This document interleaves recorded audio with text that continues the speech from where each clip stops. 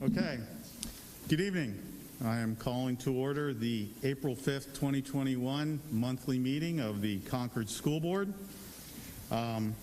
Before I ask Ms. Cannon to call a roll, I would like to say on behalf of the board, and normally I don't speak for the board because I'm just one part of it, but today I'd like to wish all of the assistant principals a very happy National Assistant Principals Week, which I was informed that, and we're very grateful that for all their hard work, as we are with all of our administrators, teachers, and staff. So with that, if you are ready, Ms. Cannon, can you please call the roll of who's in attendance?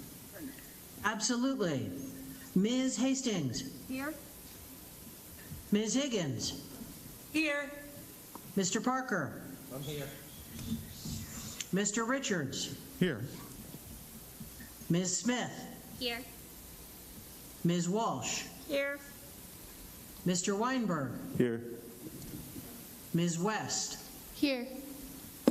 Then I am present. So remote or in person, we are all present. Thank you very much, Ms. Cannon. With that, I will go to approval of the agenda. The agenda is presented in both our board books and online. Are there any changes to this evening's agenda? Ms. Hastings. I have one motion to add, if I could. Very good. Where would you like to add that motion, Ms. Hastings? Would it be prior to our committee meetings, or would you prefer to have it after our committee meetings? After committees is fine.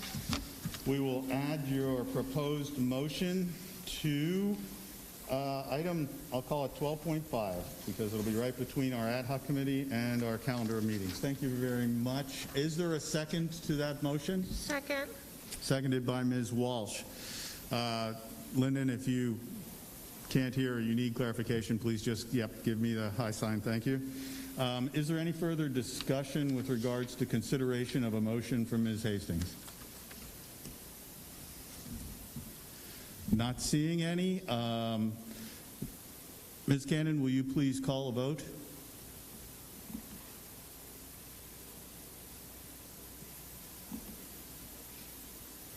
Ms. Cannon, can you hear me?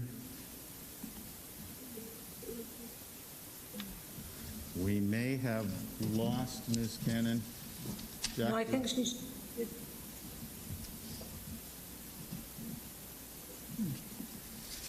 Mr. Dunn, did we lose that connection, or? Okay, Gina, you're muted.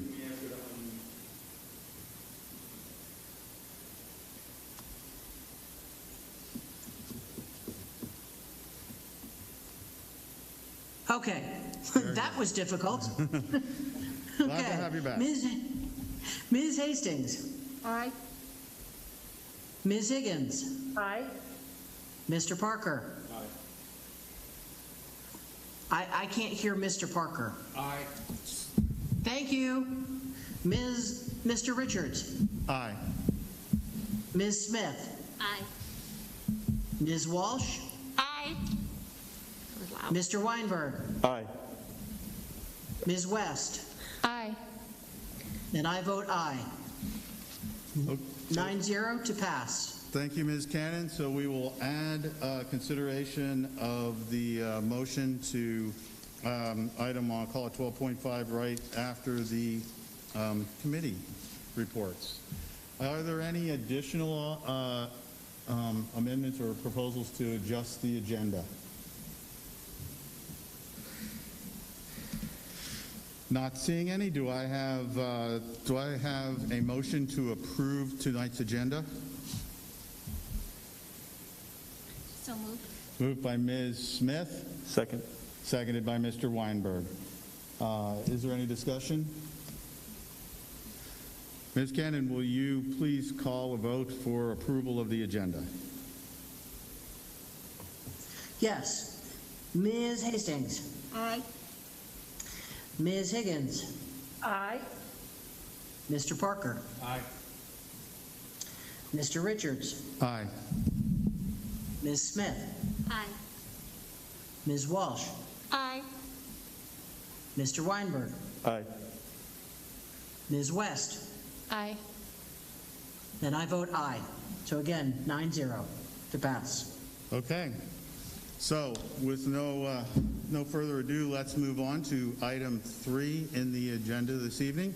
This is approval of the board minutes. These include the regular monthly meeting of March 1st, the board work session of March 1st, the special board meeting of March 3rd, the board's work session of March 8th, the board work session of March 10th, the public hearings of both March 22nd and 24th, the board work session of March 29th, and the special board meeting of March 31st. Does anybody have any changes or amendments? Ms. West? I just have a question on the ones that say still under review and what that means. They are, yes, Ms. Linden, the ones that are still under review, have they been posted? What is, or Superintendent? That's great. We have it in review because they haven't been posted yet, so they're not in your packet for your vote tonight. So will we just omit those? Get those from your motion tonight. Okay, so any motions to approve the minutes will not include board work session March 8th, board work session March 29th, or the special board meeting of March 31st, as they are still under review.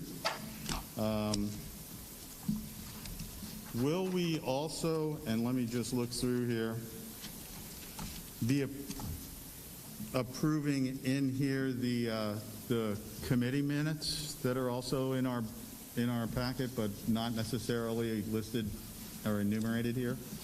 Yes. I have one change to one of those.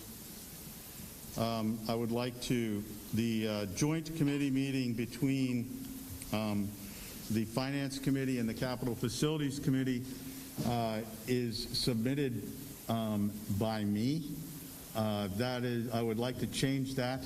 That should more appropriately be submitted by the chairpersons, Danielle Smith and Pamela Walsh.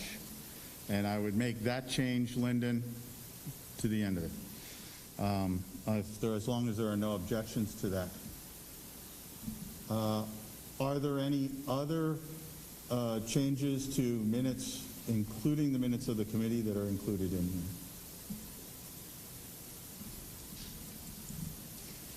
Not seeing any, and I don't have any additional other than what I just said. Is there a motion to approve all of the minutes listed here, as well as the committee minutes that are included in the board packet? So moved. Moved by Ms. Walsh. Is there a second? It was actually Ms. Hastings. Oh, Ms. Hastings, sorry. But I'll second. Second by Ms. Walsh. Thank you, both. Is there any discussion? Mr. Weinberg first, and then... Well, just a quick question. Can we blanketly just say we want to approve all of them, or do we need to say we want to approve each of them with the exception of D, H, and I, just like procedurally?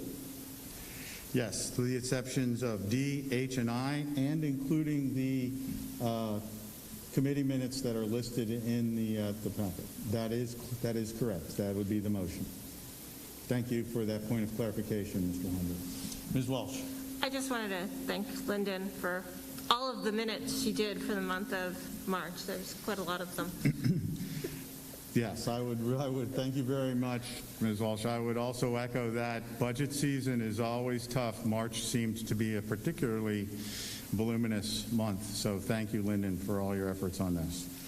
And we will review the work sessions that have been omitted in our next monthly meeting. Is there any other further discussion? Not seeing any, and the motion having been made and seconded, Ms. Cannon, would you please call the roll for approval of the minutes? Yes, for approval of the board minutes that we have discussed with the exclusions that we've discussed and the addition of the committee reports. So, Ms. Hastings. Aye. Ms. Higgins. Aye. Mr. Parker. Aye. Mr. Richards. Aye. Ms. Smith? Aye. Ms. Walsh? Aye. Mr. Weinberg? Aye. Ms. West? Aye. And I vote aye. 9-0, accepted for the minutes. Thank you, Ms. Cannon. Next, we go to recognitions and reports. As an introduction, Superintendent, would you care to kick us off on this, please? I am. I'm very pleased tonight to introduce to you Gracie McHugh, a sophomore at Concord High School. And as part of her work this past trimester, she's been working on a research project. She emailed me a month ago, I guess, and talked about her project and how important it was as it related to students who participate in extracurricular, co-curricula, and how they do in school in terms of their performance.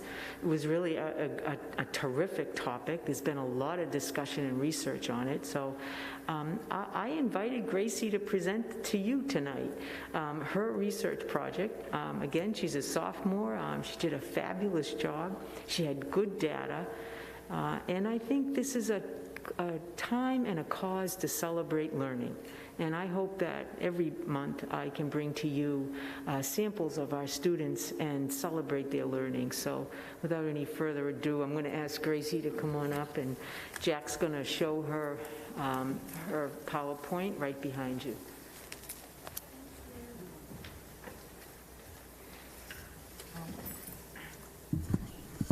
So hi guys, I'm Gracie McHugh and I'm a sophomore here at Concord High, and I'm here tonight to present a project that I did as part of psychology class this fall during remote learning.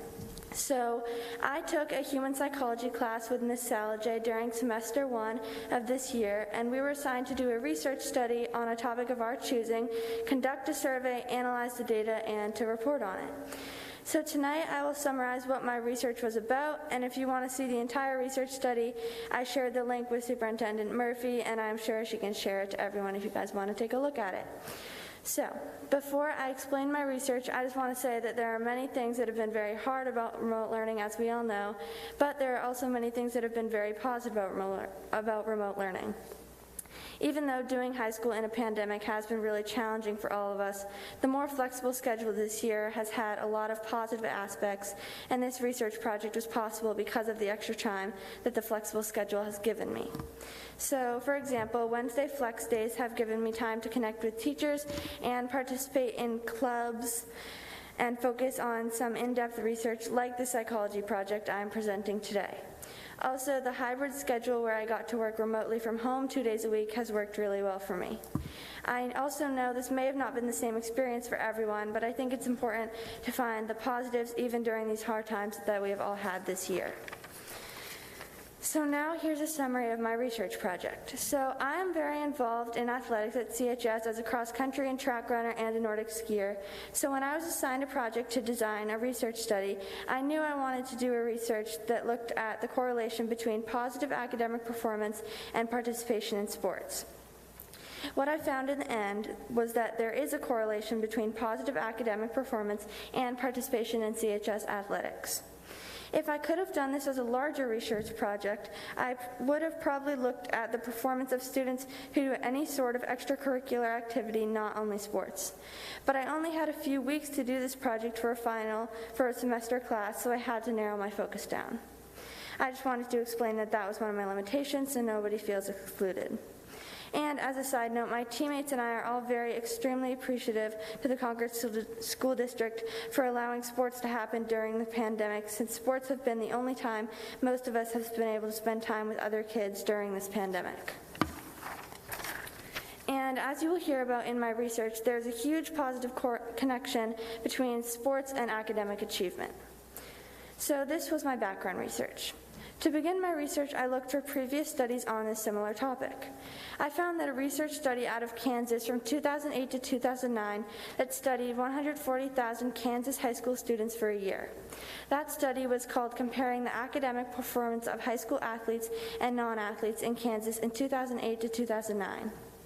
That study analyzed the SAT and ACT scores, GPAs, dropout and attendance rates, and graduation rates of 140,000 male and female athlete and non-athlete students from many diverse backgrounds in Kansas in 2008 and 2009. That study found that in 2008 and 2009 in Kansas, from the 139,359 students studied, that high school athletes had higher GPAs, graduated at higher rates, dropped out of school less frequently, and scored higher on state assessments than non-athletes. As an athlete, I know that me and many of my friends all do very well academically at CHS, but I wondered if that was just a coincidence or if participation in sports really does contribute to the likelihood that a student athlete will do better academically than a non-athlete. When I found the Kansas research study at the beginning of my own research, when I was deciding on a topic for my psych research project, it made me even more interested to test this out at CHS, which I did. This was my research question. Does participation in high school sports at CHS increase the likelihood of a CHS high school student being on honor roll? This was my hypothesis.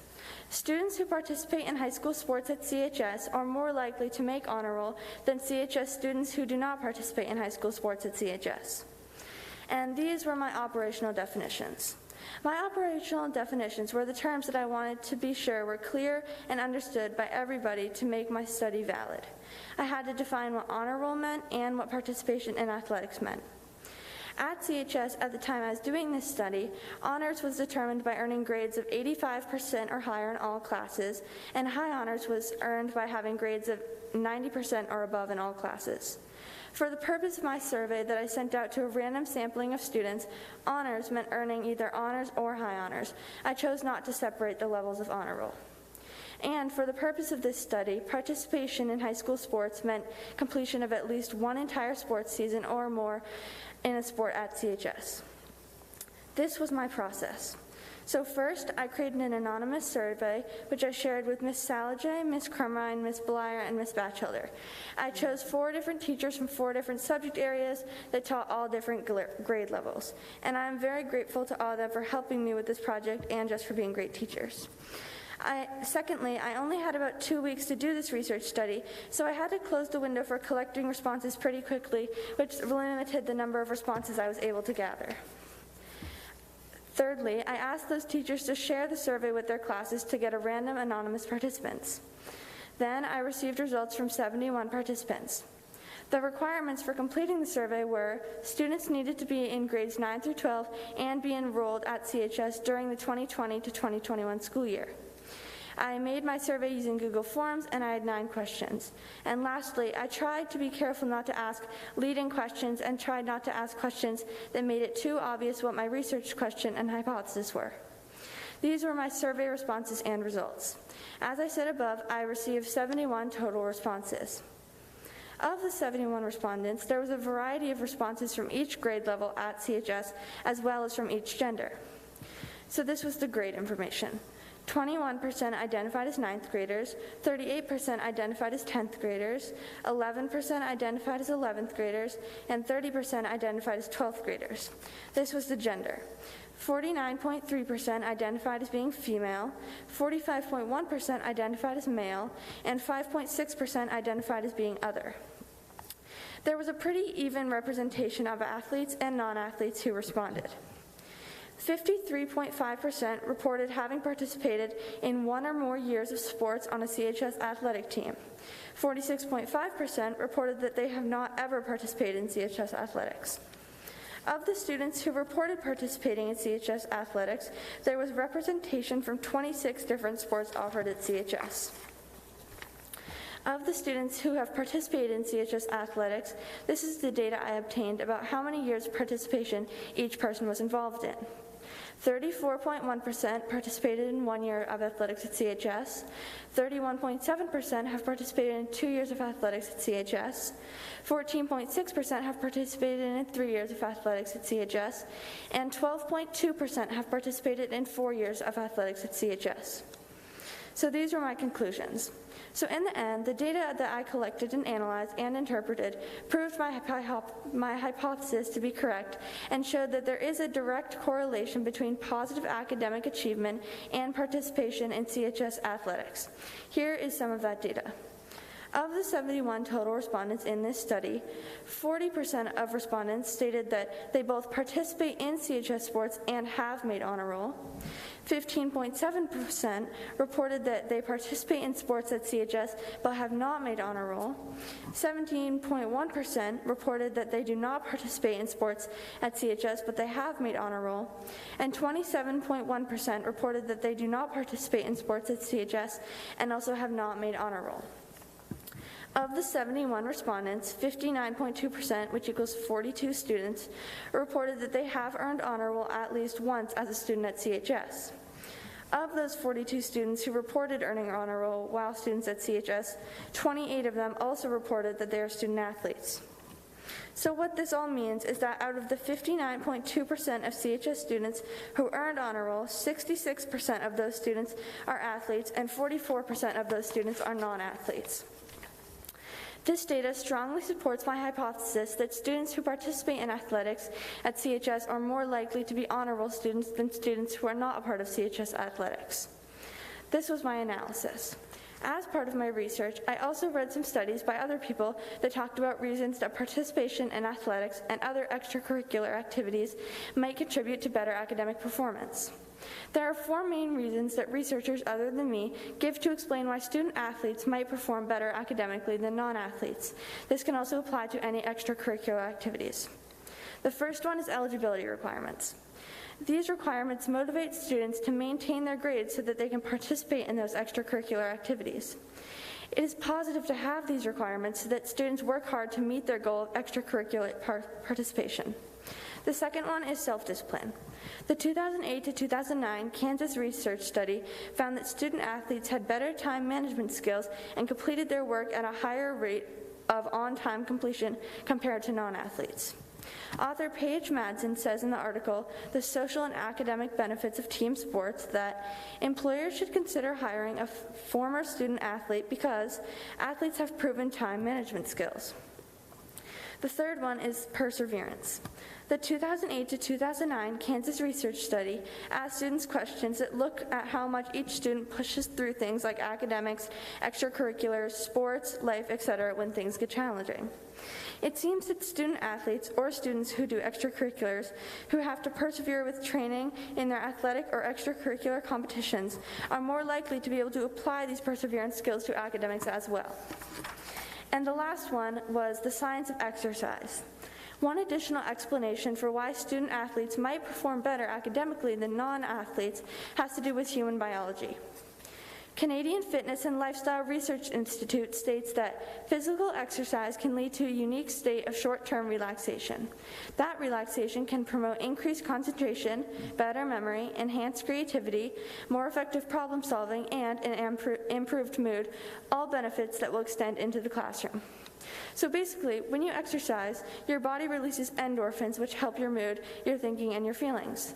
Those endorphins don't just help your performance as an athlete, but that focus, relaxation, and concentration also has a positive effect on your studies as a student. Here were some of the limitations of my study. One limitation of my study was that I only had 71 respondents for my research. If this were a real research study, I would want to survey all the students at CHS and analyze all the data to have a completely accurate picture of the data. If I did this research again, I would want to have a larger population of respondents. A second limitation of my study was that I asked only about participating in CHS school sports. I did not gather data about students who participate in club or rec or travel team sports or other extracurriculars such as theater, dance, or music. If I did this research again with more time, I would ask more detailed questions to look at data about honor roll for students who do many other type of extracurriculars and not only school sports. Time was also a limiting factor for me, which is why I had to narrow my focus down for my research. I am sure that my hypothesis would prove to be true for participation in most extracurricular activities and not just sports. I don't want anybody to feel offended that I focus just on sports. A final limitation of my study is that I asked students to share their own data about how often they've made honor roll, since I did not have access to students' GPAs or class ranks or private information that only guidance and administrators have. So I can't be 100% certain that the data about honor roll is completely accurate, since it was based on students just self-reporting on themselves. If I did this research again, it would be very interesting to be able to use the actual data such as class rank, GPA, and honor roll data over time in my research. This was my conclusion. In the end, my research study showed that there is a clear correlation between positive academic performance and participation in CHS athletics. Even though academics are obviously a very important part of being a student, extracurriculars are too, and for me and many other students involved in extracurricular activities, that participation helps us be better students. One of the positive aspects of remote learning has been having more time on Flex Wednesdays to connect with my teammates and teachers and be part of extracurricular clubs that I am involved in.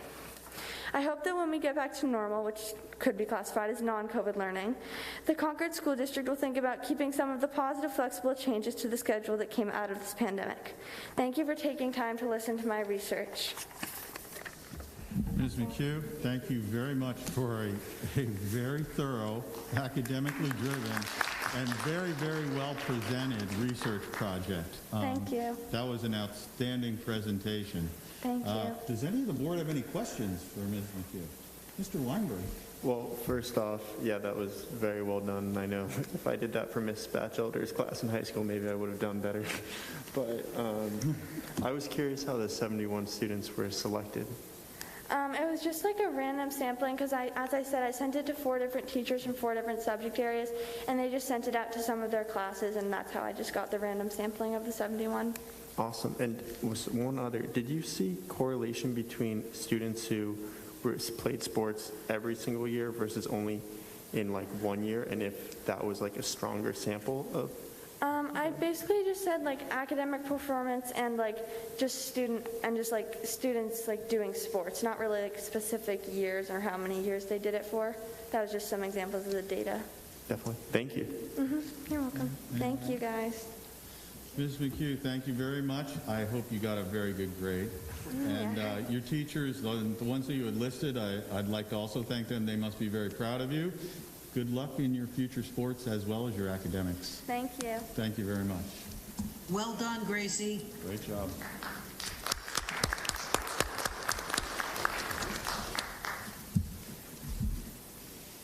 Superintendent, if you think you can follow that, you're up next. The answer is no, but I would be happy to yield to Alice and Janita for their reports. Very good. Thank you.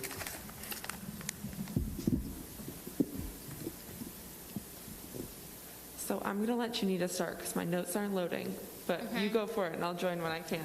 Okay, do you want to read off my computer or? Yes, Okay. we'll do that. Technical difficulties, but we're going to make it work.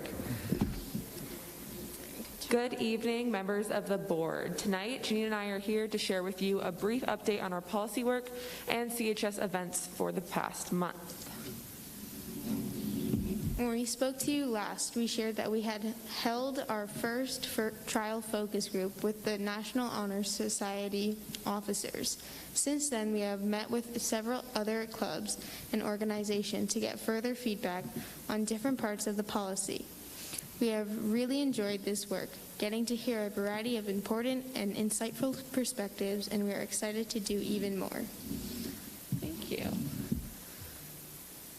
Janita and I did also go on CHS Live to spread awareness about these efforts and send out a letter to all students about how they could get involved via email. Unfortunately, we have had minimal responses to this. However, we know and completely understand that students are very busy now, as well as experiencing the consistent impact of COVID-19. We are taking this into all consideration and continuing to work to ensure all student demographics can be represented in our feedback. Going forward into April, we hope to also be using Zoom to visit a variety of classes, bringing our focus groups there to continue getting student input. We want to extend our thanks to any and all CHS teachers that are allowing us to do so. We really appreciate getting to use some of your class time to speak with your students. Thank you. Reflecting over fun events over the past month, Senior 1X were held. This was the first time we have had live theater back at CHS. We heard it was filled with wonderful performances, and we want to extend our congratulations to all of those who participated. Also, just last week, Be the Change Club hosted the Holly Festival outside. It was a wonderful event to celebrate Holly, which this year began on Sunday, March 28th, and ended the following day on March 29th. Students in the midst of quarter 3 ending are getting excited for the CHS pageant that will take place at the CHS Auditorium on the 22nd, allowing kids to enjoy and feel of normalcy and show off their talents. The formerly known Mr. CHS has been changed to the Tidy pageant and will now be inclusive to all genders who wish to participate. We think this is a wonderful change. Juniors are also preparing for the SAT that will be held on Wednesday the 14th. Thank you for bearing with my technical difficulties, and we're looking forward for another great month. Thank you. Thank you both. And I wish you well in the last quarter. Thanks. Thank you. Superintendent. So you know the students are always rise to the occasion, right? Let's hope the superintendent can. So tonight, I wanted to take a little bit of time, if I could. Jack, can we put up the PowerPoint? Do you have that from, do you not have it? No. Okay. We didn't. Did we not share it? It's in the board packet. Could we put that up? I think it would be helpful for the audience to follow along. As you know, we've been planning around our return to school.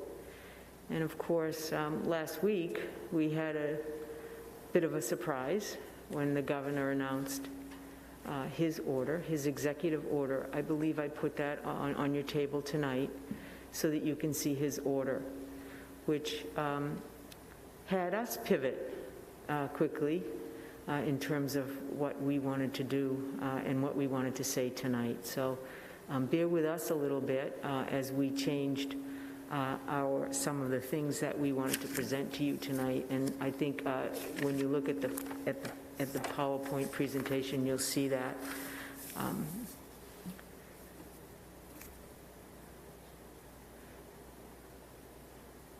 That's it. Thank you. So let me start by saying that, to give you a quick proposal overview. You can see that we had originally scheduled a May 3rd for our elementary and a May 10th for our middle school and high school.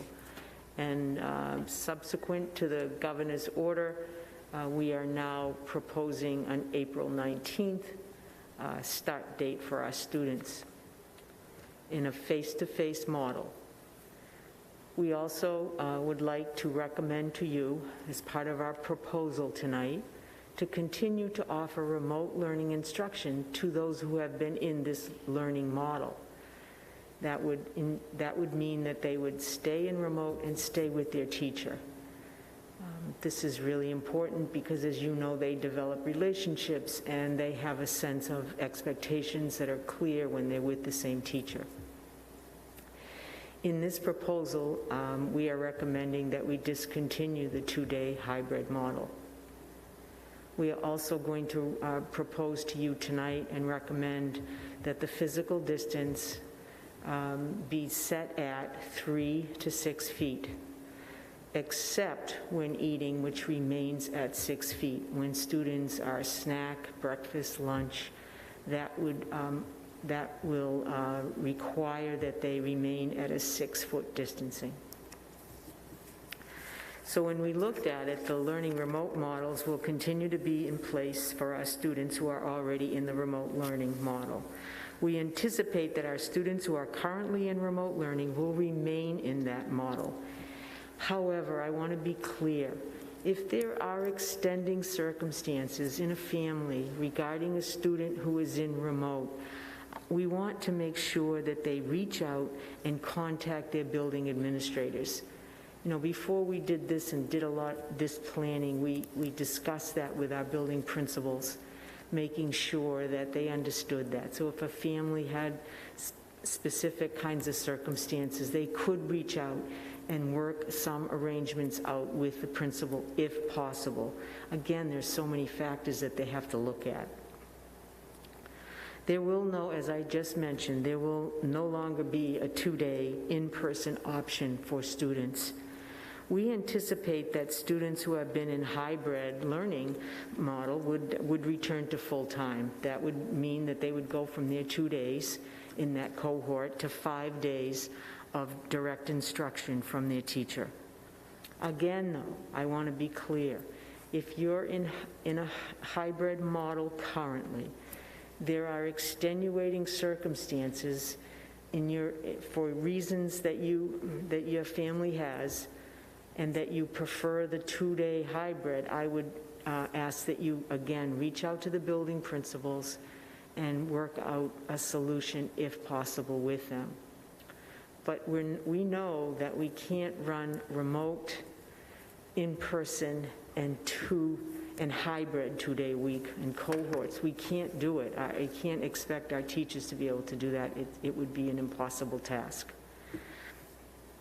Factors that have influenced us in making these decisions have really been around space limitations, and a very important piece of education, and I think you all know this, how important our teacher consistency and program consistency is when you're educating students. So that was a driving force. How will this work for students? What's best for our students as we pivot into 5-day-a-week in-person learning? So why do we recommend and why do we come back now to do that? Well, obviously, the April 1st governor's order certainly wrote every decision we made, overrode every decision. But you know what? I think I want to reiterate, our New Hampshire data shows that our schools are low-risk environments for transmitting COVID-19. I tell you, some of the numbers in the schools they did a fabulous job at keeping everyone safe. Our students, our staff, our teachers, everyone, our administrators, they did a terrific job.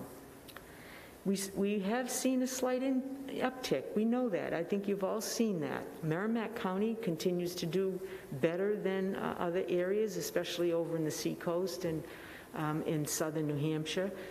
But our numbers have shown a very slow rise, so we're watching that very carefully. You know, across New Hampshire, a majority of the schools are already in full-person learning or returning to this model. A number of the school districts who were not in full-person are returning on, like us, we're planning on May 3rd to return. We will continue to the guidance on distancing. I think I just mentioned the 3 to 6 feet. We also know that schools that had a 3 feet distancing, their numbers weren't any different than ours at 6 feet. So when we looked at the research and the data, there wasn't a significant difference between schools that had 3-foot distancing versus the 6-foot distancing. But you remember now, there are other protocols in place. Mask wearing, very important. And so, and proper hand washing. Making sure that kids, youngsters, or staff that didn't feel well didn't come to school. So that screening process helped us.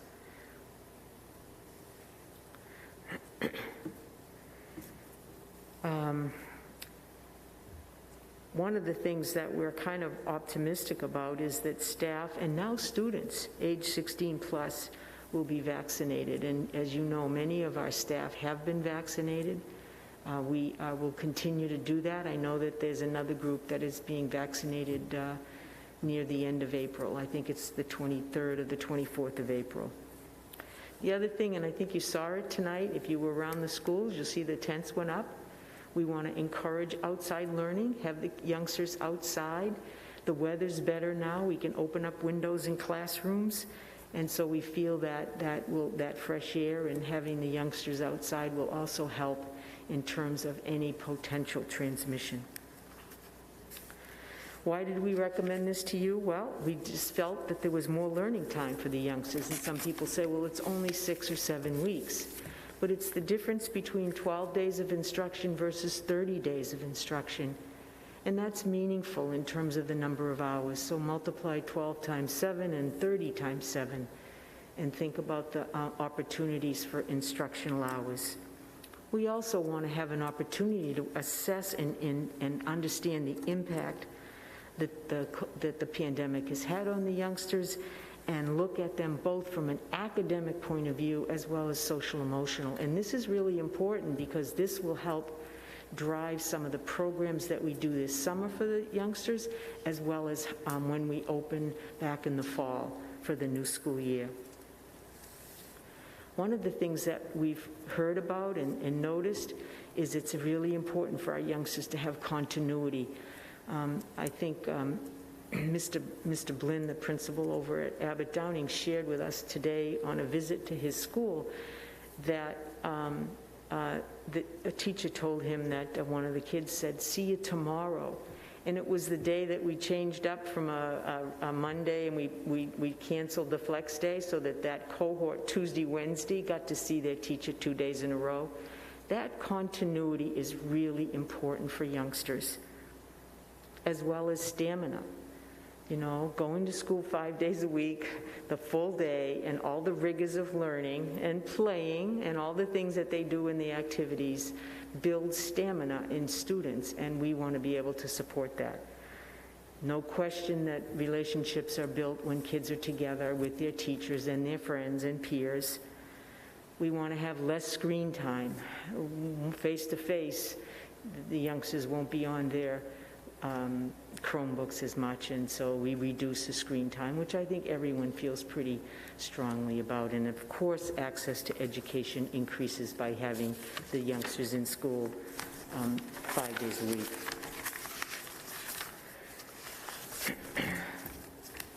So we just kind of gave you an idea about why May 3rd and 10th. I think it's kind of a moot point, but that's one of the reasons why we did it. Most of our elementary teachers had their shot, their Johnson & Johnson, that one shot, even though that was caused us a little bit of problems when in terms of adverse reactions, but they managed it. They were all back in the next day after feeling pretty bad after that shot.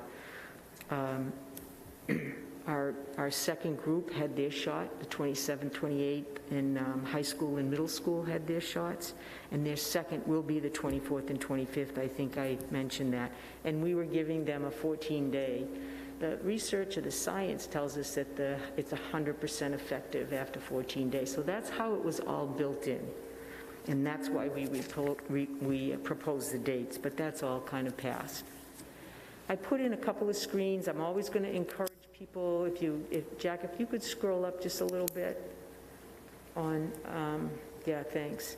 This is the data that, this was just at the end of last week on Friday, but you can see we still have substantial with 269 cases, but that is lower than the state of New Hampshire.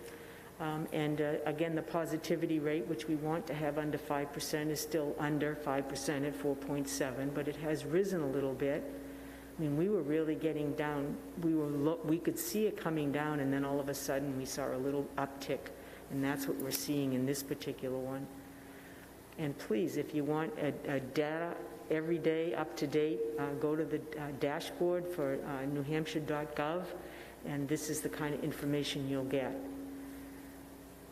Again, it shows the average cases and in the capital area, and you can see we were down, we were coming down, and then all of a sudden we plateaued a little bit, and we've seen a slight uptick, as you can see. I can't emphasize this part enough. The way that we remain safe, the way that we feel that our schools will be safe, is by making sure that these 5 key preventive strategies are used in our buildings. And I visited 2 buildings today. I visited another building on Friday, and without hesitation, there was 100% mask wearing by our students and staff. It was amazing to see, and I just think that everyone has got used to the masks, and and the youngsters included, and the teachers have been great about ensuring that is in place. Physical distancing, again, and very important, hand washing, and appropriate respiratory etiquette. Cleaning, again, under the direction of our facilities director, Matt Cashman.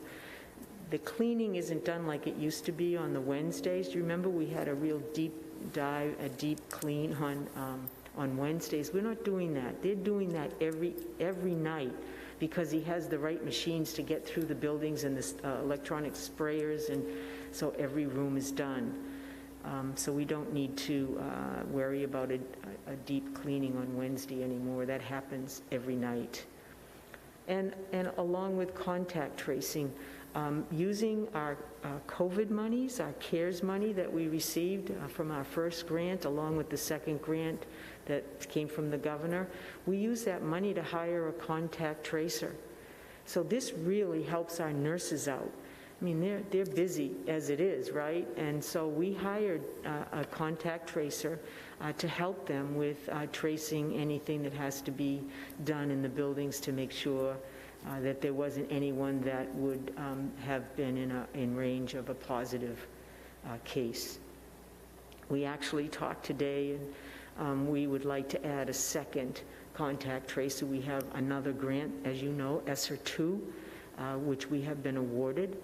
And so we will be asking and proposing a second contact tracer to help us with that. And I think it will be a great help to our school nurses who have, as you know, have worked extremely hard this year and have been valuable. I know Donna meets with them every week, and they in turn meet with Dr. Chan every week during his state conference. So, Jack, can you go to the next one? The next slide is the controversy around 6 feet versus 3 feet. And so there's been a lot of studies that have recently been done around the evidence of distancing at 3 feet versus 6 feet. And what does that mean? But please keep in mind, masks have to be worn. This isn't like no masks and 3 feet. This is masks and a 3-foot distancing. Massachusetts had a statewide study. You can see the data up there, 251 schools, 500,000 students, and almost 100,000 staff. And the rates between schools that had 3-foot distancing and those with 6-foot distancing, there was no significant difference in the rate of positive COVID tests based on that study.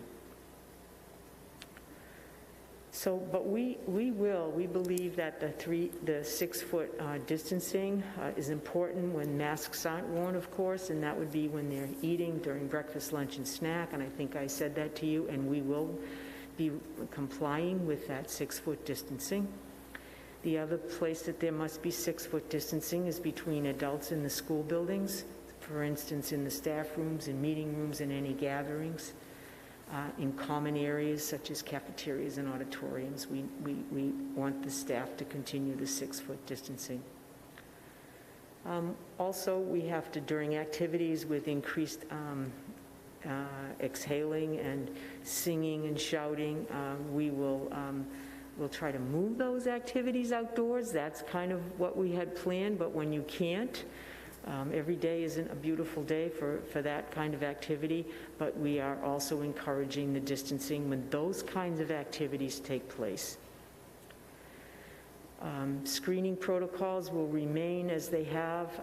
We'll observe the kids when they come into the buildings.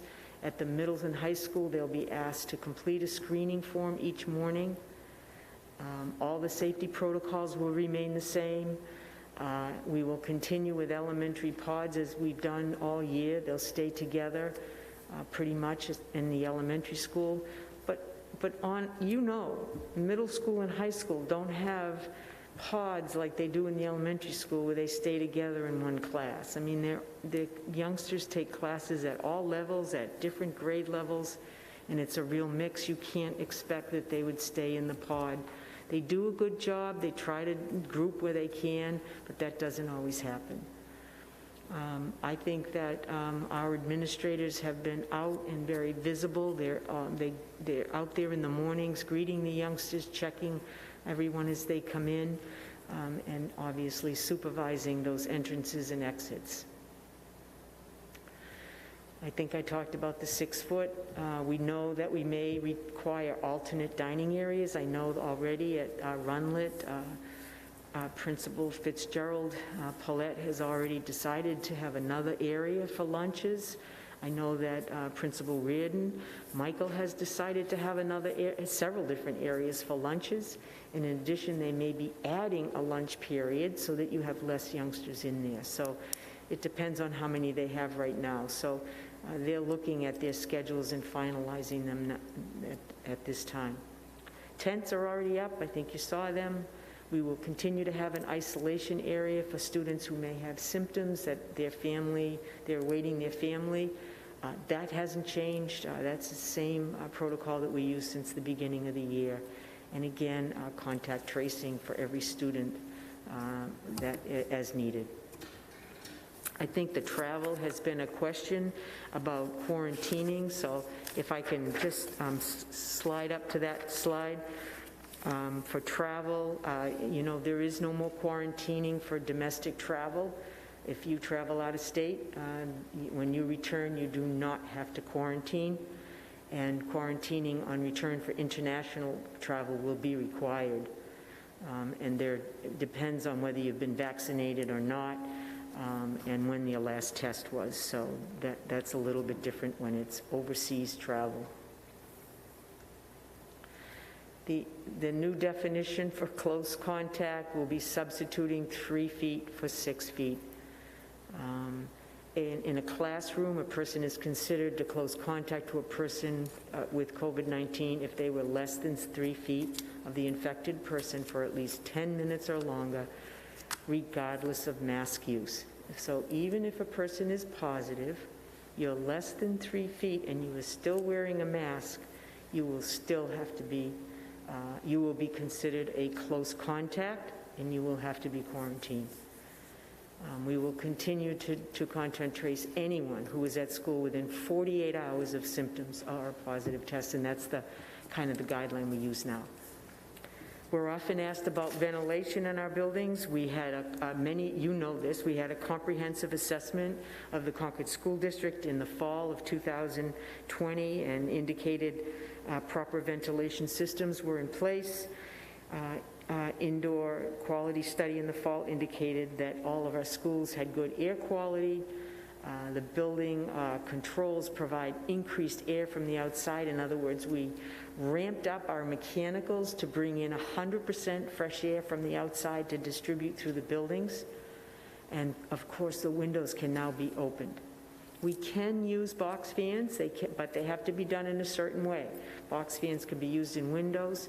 One for intake and one for outtake is permissible, and Matt has indicated his agreement to work with folks on that. Transportation, again, was affected by this. They will have distancing on the buses. There will be 1 student per seat, except for siblings, of course, who can sit together. We will be supporting bus runs because we know that the number of students, we've already looked at every bus and how many students are on those buses. And so I've been working with our Director for Transportation, Terry Crotty, and we know that he may have to do expanded runs in order to support getting all of the youngsters to school, in particular schools where the numbers are high for bus ridership. But one of the nice things in the survey that we just had a couple weeks ago with families, we have a very large number of families willing to help us out and provide transportation for their youngsters to school. I think that will help. Cleaning routines are the same, and bus drivers and all of our staff in the transportation system have had a chance and an opportunity to have vaccinations. And lastly, I think we just have a couple of things around concerns that have come to our attention. One of them was music. Guidance continues to indicate that a minimum of 6 feet of distancing is required for singing. You'll hear later on from Barb Higgins about the recommendations from instructional committee, but they did recommend spring sports for our students. I think you heard from Gracie about the importance of our students having those co-curricular activities. They're really crucial for our students. As much as we question the state assessment at this time, there will be a state assessment. We have no choice. They will be administered to the youngsters in the upcoming weeks and month of May. Both the SAT at the high school as well as the grade 3 through 8 assessment and the science assessment. Those will all be administered later on this month and next month. Parent meetings will continue to be virtual. We're going to continue to not have people join us in the building. We're going to keep volunteers and visitors out for the rest of the year. The less folks coming in, we feel that will keep our students safe. We will be holding, we've had parents of kindergarten screening. We have a whole group of new students coming in the fall, an exciting time for them, and we will be doing in-person kindergarten screenings. So those families, if you're listening tonight, you will get additional information from your principals. I know that the concerns that people have, and we've heard from all of our groups, and heard from them, and I think one of the concerns we hear, and we recognize, is the space for students in schools. We've looked at everybody's class size, and Matt Cashman has been working in classrooms, helping them lay out their classrooms to provide for the 3-foot distancing. And when needed, our principals are looking for a classroom that's more important for a particular class that may have higher numbers. So they're doing that right now. We know that with 5 days of instruction, the flex day will go away. And we will do the best we can to reschedule all the events and activities that usually took place on those Wednesdays. Staff coverage, we always worry about that. We do have staff that unfortunately they get quarantined sometimes, or they have faced a positive COVID result. We have staff that are ill or have personal request. So we are always trying to find additional staff to support us, especially around the areas of supervision. That means cafeteria, hallways, bus and morning and afternoon duties. So we continue to be very careful, making sure we have enough staff to cover the operation of this school district. And trying to reduce as many disruptions as we possibly can. So those are the concerns. We continue to address them. We still have work to do. And we appreciate all that. I appreciate all that I've heard from everyone. As you know, I had a chance with Donna to meet with our staff virtually, but we did 3 sessions, and it was great. We had a lot of feedback. The Teachers Association shared their survey with us, and we were able to analyze all that data, along with many letters and emails from families in the community. So I'm very appreciative. I really feel like we may not have all the answers, and we may not do everything exactly right, and we're not always able to please everyone, but I think without a doubt, I feel like people have tried the best they can during these very difficult times. Last but not least is the variants, which we continue to hear about. We're keeping an eye on it. We actually had a conversation with Dr. Noble, and at this point, he's not worried about them. We have another meeting with him. I know he emailed in today. I'm not sure what they set it up for a date, but we will be talking to him again this week, making sure that our plans and the systems and things that we have in place to address this are appropriate. So that's it. I think I've covered every aspect of our district in recommending. Before we get into questions, I do want to say at this point that I want to thank the superintendent and principals Fitzgerald and Blinn. I asked to go with the superintendent today to visit 2 schools unannounced. This morning we were at the Rundlet School as well as the Abbott Downing School. They didn't know I was coming, but, you know, as everyone else on the board, with the acceleration of the timeline and schedule, I have concerns about our planning, and I really have to credit the administration for having a good plan in place, and I know they're working really hard with an accelerated timeline. For the sake of the board and everyone else, I'll say, as I walked through the schools and I went from language classes and math classes and I guess tech engineering classes and right to PE classes in the Rundlet School, and in every classroom, everyone was adhering to the mask protocols. They were nice enough to lighten their limited visitation rules for me based on the fact that I promised to follow all protocols. Well, let me tell you, all those kids in there and the teachers were following all the protocols. And I was really impressed. The kindergartners in Abbott Downing were coming in for recess, and every one of them knew to keep 6 feet. Every one of them had their masks on, and as they came into the classroom, they put their hands out to get the hand sanitizer, and they knew the process, boy, down to a T. The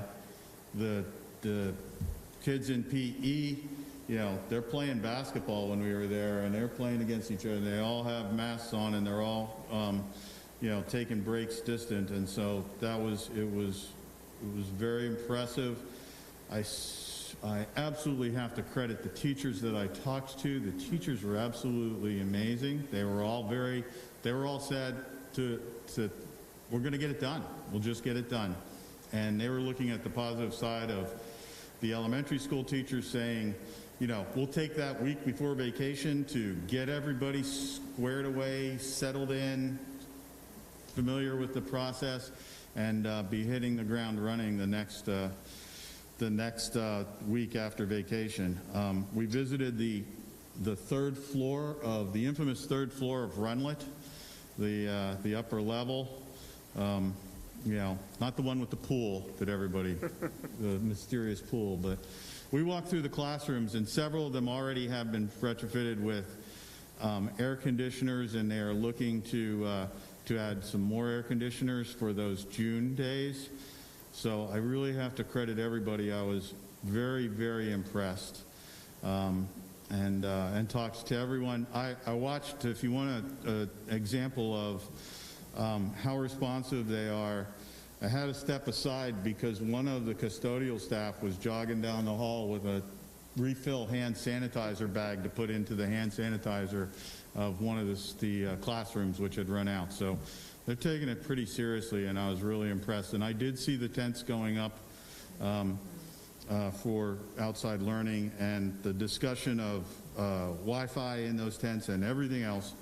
So I want to thank everyone, but I just want to relay to the board just what an outstanding job our teachers, especially, who are there in every single classroom, our administrators and the staff are, from the food service folks I talked to all the way through, are doing to keep the environment in our schools as healthy and safe for each other as it possibly can. I was extremely impressed. So I just wanted to say that before we jump into questions.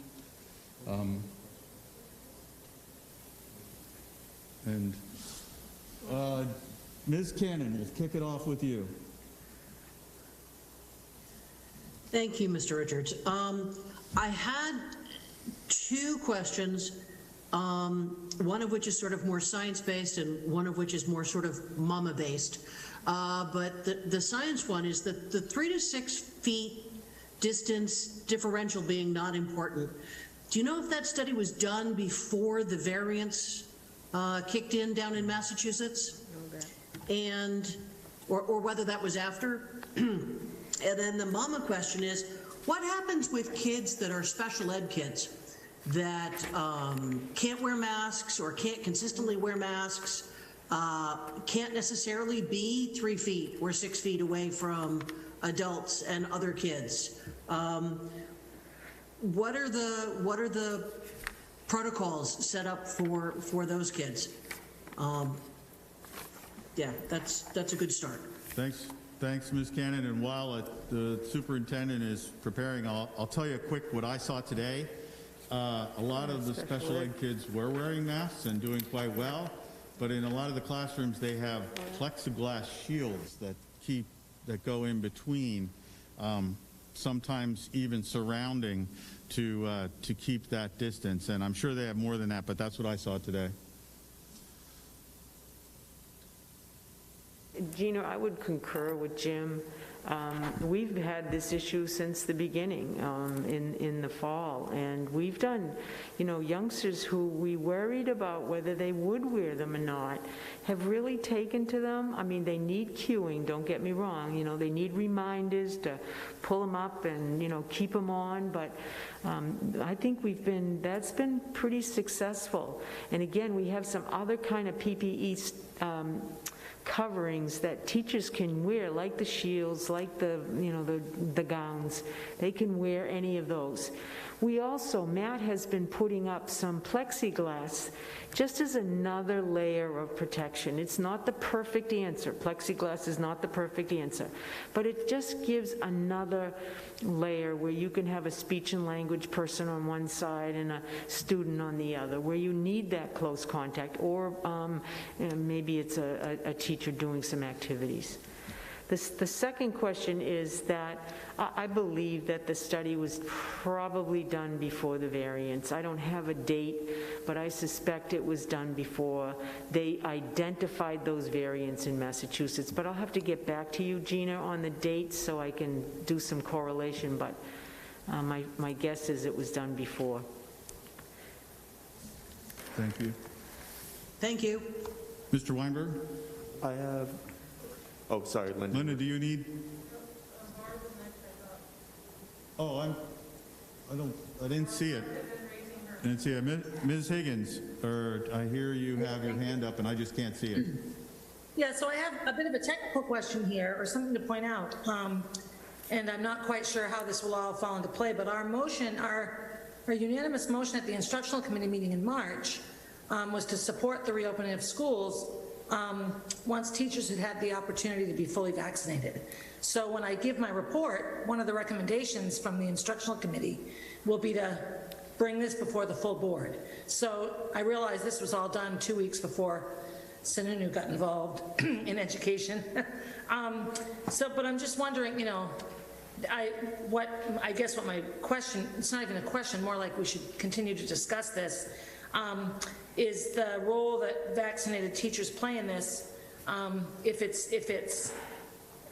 this is an issue that would provide us time if we needed it, or if this is a moot point, and should we have this whole conversation when I go over the instructional committee notes, or should we have it now? It's more of a technical thing. I need my Jenny sign. So anyway, that's sort of just what came to mind as our motion. Sort of doesn't make sense now, and I'm not quite sure what to do. Yeah, I think that you just verbalized what many people talked about today. I had a meeting at noontime with Commissioner of Education who had just handed us a Q&A that was reviewed by the governor's office. They have also added some other questions. I'll have that Q&A hopefully tomorrow to get posted.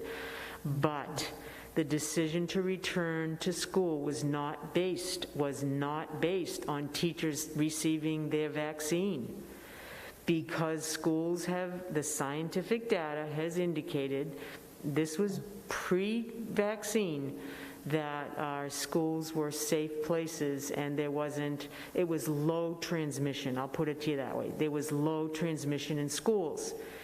So when the question was asked today, if that was a reason for a waiver, because Dr. Chan has made that clear that that is not the reason for bringing the kids back, that they all had to be receive their vaccination, that would probably not be accepted for a waiver. Thank you. That just came to mind for me looking over. And if we choose, I mean, I find that hard to believe that anyone would do that, but if a district chooses to be out of compliance, you would be, if you, let's say you didn't start school on the 19th, you would be considered by the Department of Ed out of compliance. And that is not where you want your school district to be. No, that I understand. I just want to do things correctly. Good. Yeah. Well, thank you, Kathleen. No, thank you, Ms. Higgins, and I think that you will still make your recommendation.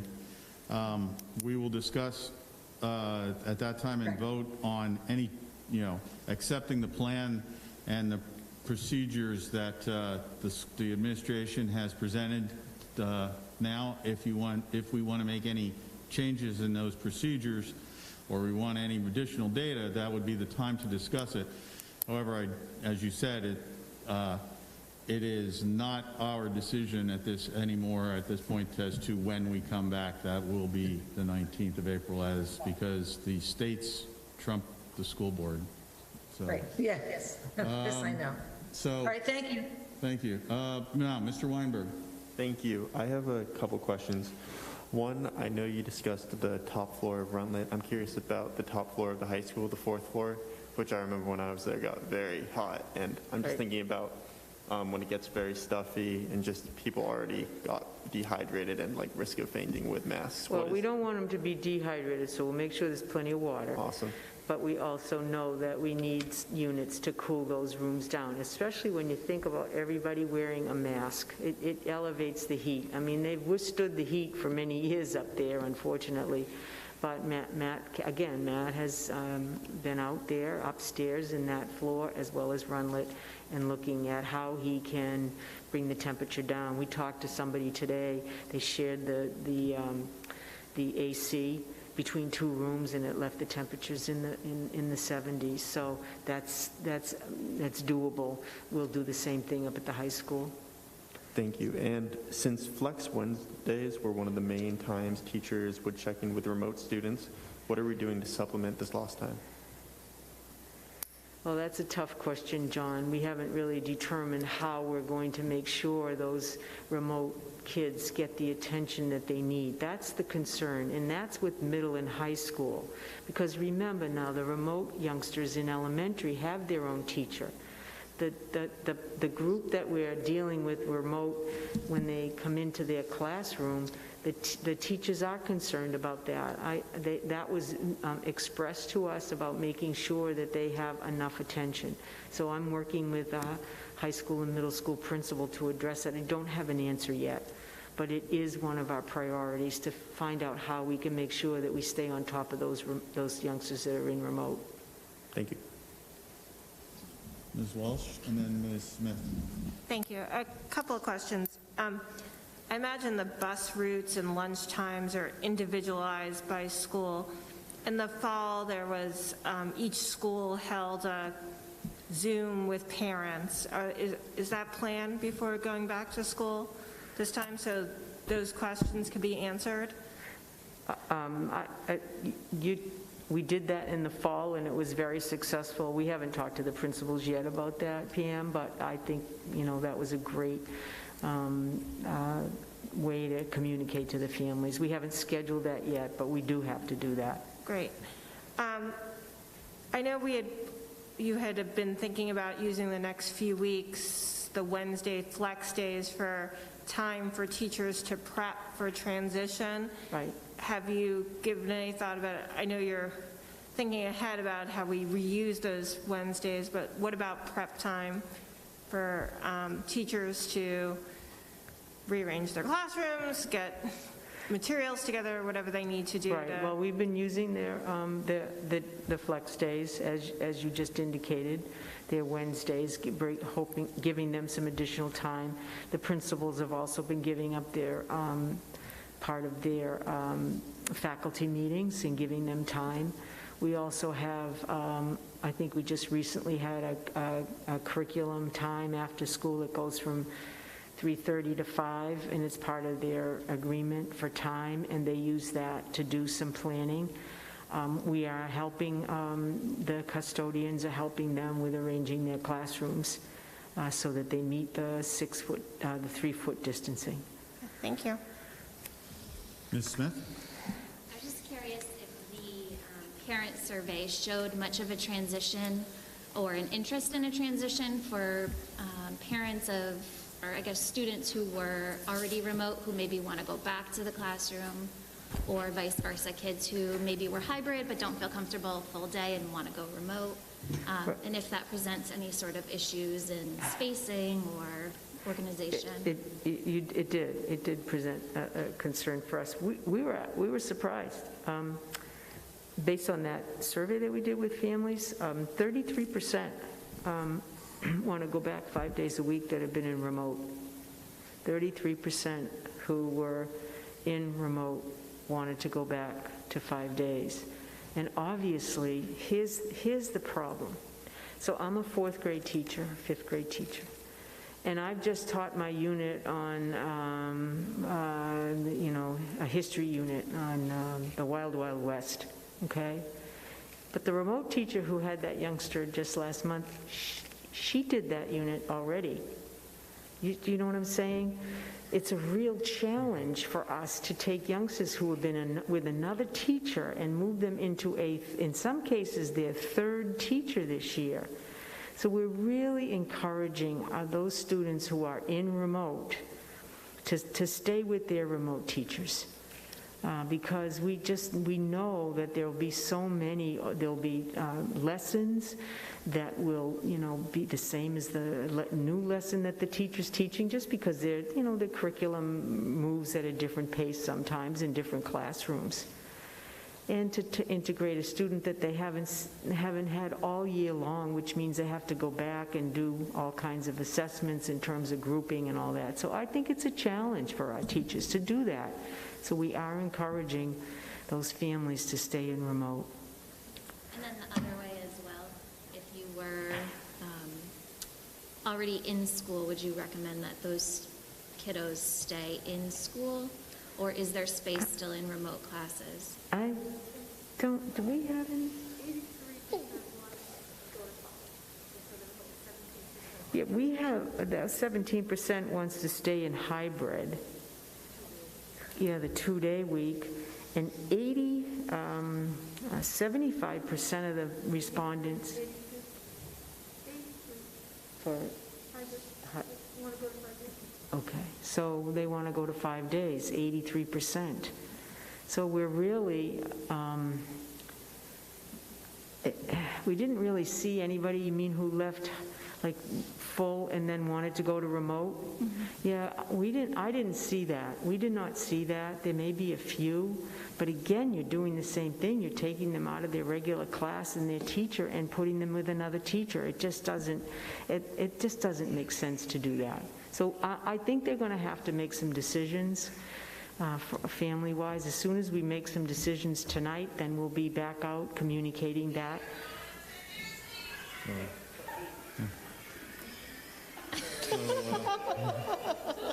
We're going to Disney World. Be nice. We need a little humor to break things up.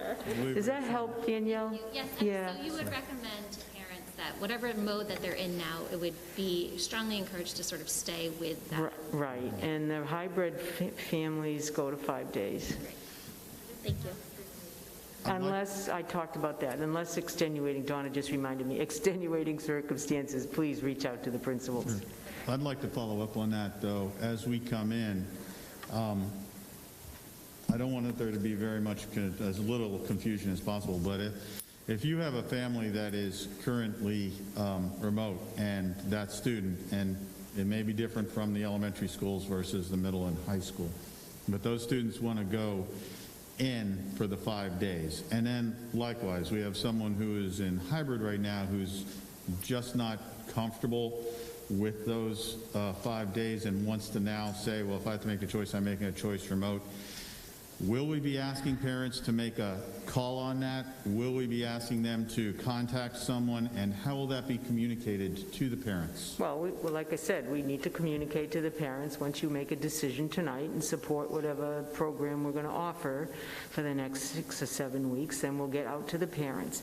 But, you know, rotating between I'm going to be in today or I'm going to remote today and not remote tomorrow is really challenging for our teachers. Yeah. No, I'm not looking at that, but I'm thinking of there may be some parents out there who feel comfortable with hybrid but don't feel comfortable with 5 days a week. And there may be some people who are a little burned out of remote and was really hoping to get into a 5 days a week, and I'm sure you will get those calls. I just was trying to find out the structure Right. of it. I think we will address those on an individual basis. Jim, I can't imagine trying to set a standard for that, because 2 days a week, I'm going to come in 2 days a week, but the other 3 days I'm going to remote. The teacher doesn't know. No, it's very complicated. That's not what I'm looking at. What I'm looking at is people wanting to switch full on and commit for the remainder of the year. And I think, and maybe there won't be very many of them, but if there are some, I want to know that, and I'm assuming you just said that you're going to do it through a email to the parents that will tell them how they can change and who they should contact if they want to change. I'm still confused, though. Are you saying the hybrid wanting to go to full 5 days? That's fine. That's happening. But if someone who is in hybrid right now is not comfortable going full 5 days and now wants to be a remote student for the remainder of the year, I don't know if there will be people like that. And there may be some people who are currently remote who say that now we're full 5 days, okay, I'm burned out of remote. I want to get into full 5 days. Right. I think as we get closer to April 19th, there will be families that, and maybe it's only a small amount, but maybe it's more. And that's the question, too, is we don't know. How will we determine that, and how will we address that? And Because I our think that's a principals, question that will come up. next step is our principals will be reaching out to the families to decide where they are and what their choice is, and they'll do that with their administrative team. That's the only way you can do it. So at this time, you're anticipating that anybody who would want to do that would need to contact their individual school principals, and that's where the contact point is. Yes. And I would just encourage you to clarify that and make that clear to the parents in your letter. And then since I'm already speaking, I'll ask my second question, and that is, with a lot of parents picking up their kids in their own vehicles, are we going to, will the Concord Police be available to help with traffic control around the schools? We haven't approached them yet, Jim, to help us with any traffic, because we know that at certain schools that does present a problem, and we will do that. Okay.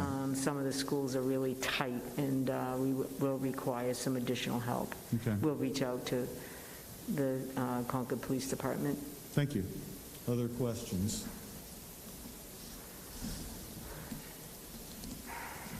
Not seeing any other questions at this time. We're not taking a vote at this point. We will be discussing this and voting as part of the instructional committee report, I believe. So thank you. The only other thing I have tonight is in your packet. I would draw your attention to the general assurances of 2020. Bob Belmont, Director Belmont, is here in case you have any questions. You'll find it on page 38 in your package, or on your in your docs that you have in front of you. And these are assurances that need to be done every year, and I wanted you to have a chance to read through them. These are the kinds of things, the assurances that you have to give the New Hampshire Department of Education, as well as the federal government, in order to receive grants. You do this every year, and I would ask that tonight you take a motion to accept and approve the assurances. Jim, as president of the board, every year you will have to initial these assurances along with somebody from the office, and we attach these assurances to the grant applications that we do every year. And you've done this before, by the way. These are pretty standard. Yes, I'm familiar with them.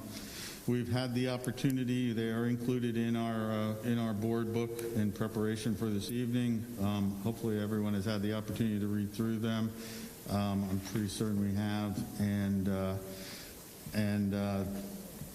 I see no issue with them, and I will make the motion to affirm these assurances as the board, and direct the president, which is me, to sign them for the board. Is there a second to that motion? I'll second it. Seconded by Mr. Parker, who I've stolen the microphone from. So, Linda, did you get that? I made that motion, and Mr. Parker seconded it. Is there any discussion with regards to the federal grant assurances? Not seeing any. Ms. Cannon, will you please call the roll for the vote? Ms. Hastings. Aye. Ms. Higgins. Aye. Mr. Parker. Aye. Mr. Richards. Aye. Ms. Smith. Aye. Ms. Walsh. Aye. Mr. Weinberg. Aye. Ms. West. Aye. And I vote aye as well, 9-0. Thank you, Ms. Cannon. Superintendent, having the affirmation of the board, I will be available to sign those or initial those Great. after Thank the you. meeting. Do you have anything else for us this evening? I think that covers it. All right. Thank you very much. At this point, we're to agenda item 5, public comment on agenda items only. We will take public comment both here in the auditorium as well as online. Mr. Dunn I assume you'll be helping us with that. To kick that off, normally we don't read letters. They're generally given to the board, but I had a constituent from District A that contacted me and delivered a letter that she asked that I read. We'll do that because I'm fairly certain we're getting pretty close to her bedtime on this one, and so I'm going to read this one. It says, "Dear School Board, I am writing because I want to go back to school full-time 5 days a week. Most kids are good at keeping their masks on and socially distancing, but some kids are still working on it. Teachers and kids are good at making sure to wash their hands and use hand sanitizer to stay safe. Teachers are wiping things down at the end of the day and wiping our iPads down when we get there to keep everyone safe. The 3 reasons I want to go back to school 5 days a week: number 1, to see my friends more; number 2, to learn more in 1 week; and number 3, to have the whole school together again." This is signed by Kenley Adams in the 2nd grade of the Beaver Meadow School. She wrote it on her assignment paper for Kenley's teacher, and I can read across the bottom here. I can assure you that, having read this, that she used the capital letters appropriately, she used spaces appropriately, she wrote in complete sentences, and appropriately used punctuation.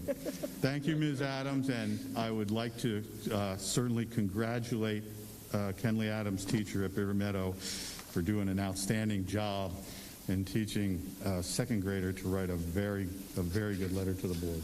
So, with that, as our first public comment, Mr. Dunn, where are we stand? Are we good? Let's take anyone here in the audience that are here physically in person. We'll start with you, and then we'll go to the folks that are remote. So if you would like to make a public comment this evening on any of the topics of the agenda, I would ask you to make your way to the far right aisle, come down. Mr. Dunn has wiped off the microphone and we'll hand it to you. If you come across and then exit up the left aisle as we face it, as you're facing it, it's the opposite. Let's get started. Is there anyone who would like to make a public comment? Sure, come on down.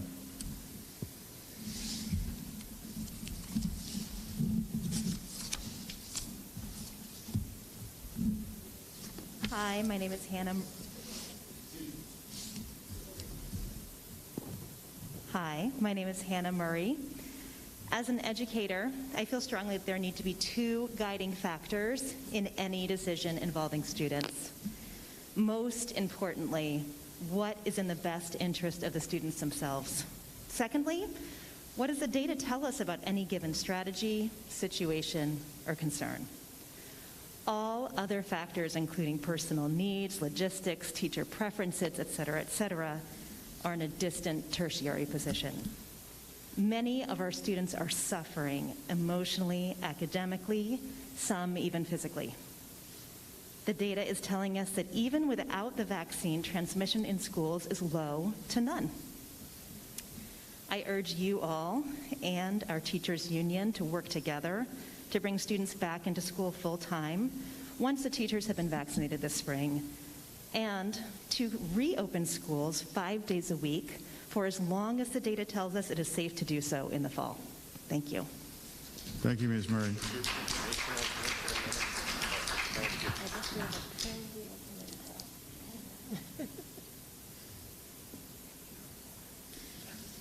Yes, I guess, thank you, Mr. Dunn. I will reiterate the requirements per our policy, which is that you please keep your comments to 5 minutes or less, to please state your name and where you are from, and if you can possibly sign in at the front here so that our minutes are accurate. So thank you, Mr. Dunn. Please, go ahead. Hi, my name is Amy Valeris, and I'm from Concord, New Hampshire. I'm speaking to you today as a mother of 3 children, but also as a mental health worker in our community. I work in a primary care setting, and I am seeing in our children in this community severe and devastating impacts on their mental health as a result of now over a year of being primarily home. It is uncomfortable and harsh, but this is the reality. The decreased physical activity, the lack of connection with both peers and adults who do not live with you are resulting in increased symptoms of depression, anxiety, suicidal ideation, and self-harm.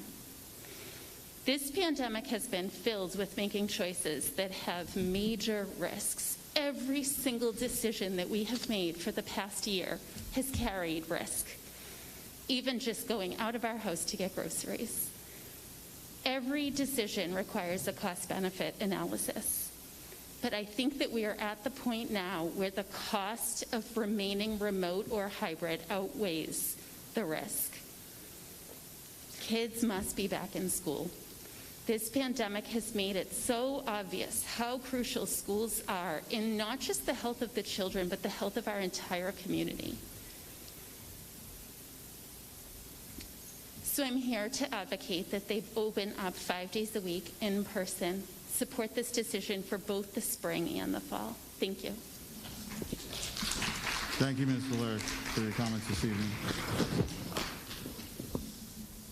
Is there anyone else here who would like to go on down?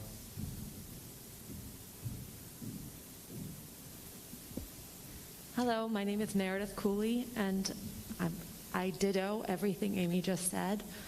I didn't prepare a perfect statement, but I will say that I'm a broken mom at this point, doing remote learning with my kids and seeing every day how they are not engaging in the same way with their activities. I strongly encourage 5 days a week in person. And when it comes down to the upper administration of the runnings of schools, which I'm not in detailed knowledge of, and the teachers' unions and those big forces that make these decisions, I'll just say that when elephants fight, it's the grass that suffers, and that grass is our students, our kids. So I don't know the inner workings of what's going on in terms of these decisions, but let's just keep our focus on our kids. I'm also going to make a push for, if we do go back in person full day, to reduce the amount of screen time to make up for all the screen time that's been had at home. I wish we could just take all those laptops and iPads, stick them in a closet somewhere, and just have real human connection. Thank you. Thank you, Ms. Cooley, for your comments this evening. We appreciate them.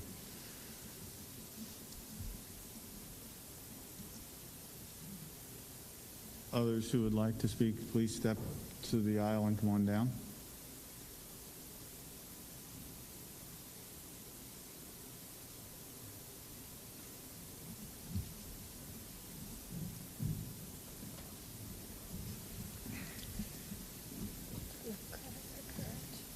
Good evening.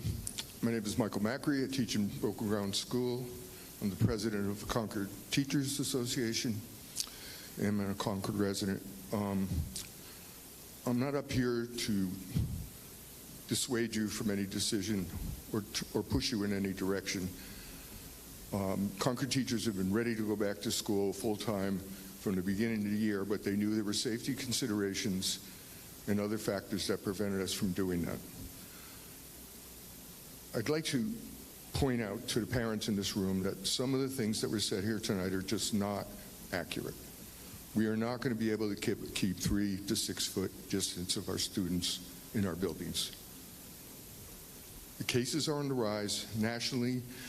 Between March 12th and March 28th, there was an additional 62,000 new cases directly attributed to schools being opened. Pediatric cases. So what I'm trying to explain is we're ready to do whatever the board decides. And I'd like to thank Kathleen for reaching out to me twice today to sort of preview what she was going to say and get my opinion. So teachers are ready to do whatever it takes to make this work. We just want something concrete that we can build on and move forward. Okay, so right now all we've been getting is we get some information one day, the next day we get another piece of information, and it changes, and teachers are frustrated. Now, Kathleen alluded to the teacher survey that was out. The concerns that teachers expressed in that survey were never mentioned in this meeting. And I think that's a problem. You all got a copy of it. You saw the comments. Some of them were brutal. So we have a lot of work to do to get ready for our students coming back. We also have a lot of work to do to somehow mend what's gone on between administration and teachers over this year. Thank you for your efforts. Appreciate the time to talk. Thank you, Mr. Macri.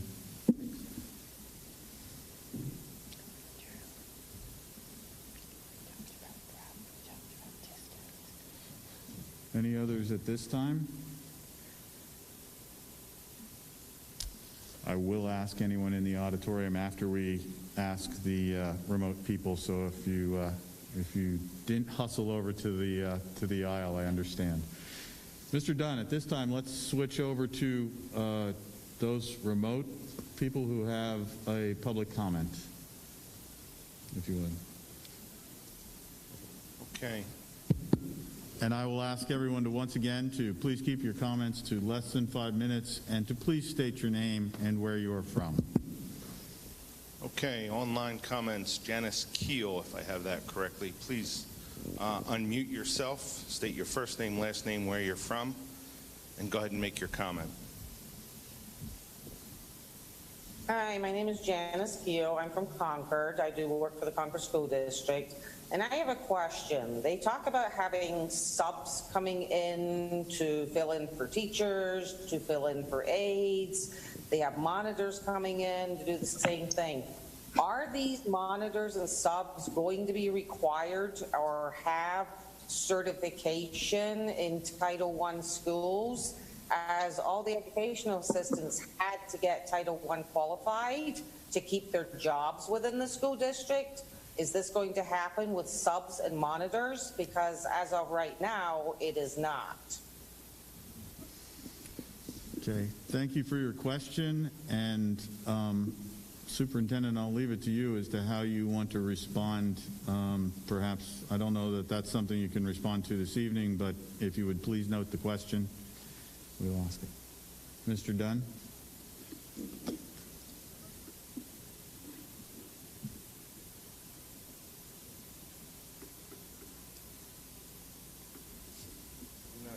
anybody else with their hand raised at this time?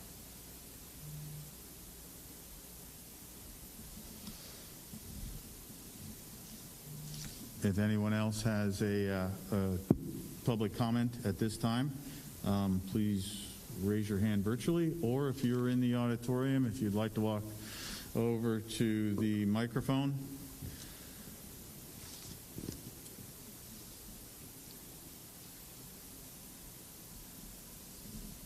Not seeing any. I will say that there is a second public comment period during our meetings. This is on any topic whatsoever.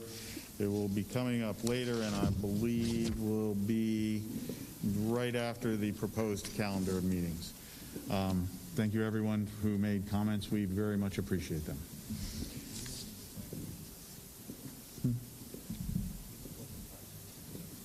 Certainly. Mr. Parker asked if we could just have a quick 5-minute recess before we start the next part of the meeting. So I will say that we'll be back here at 8:42. We'll be back here at 8:47. The board is in recess for 5 minutes. Thank you.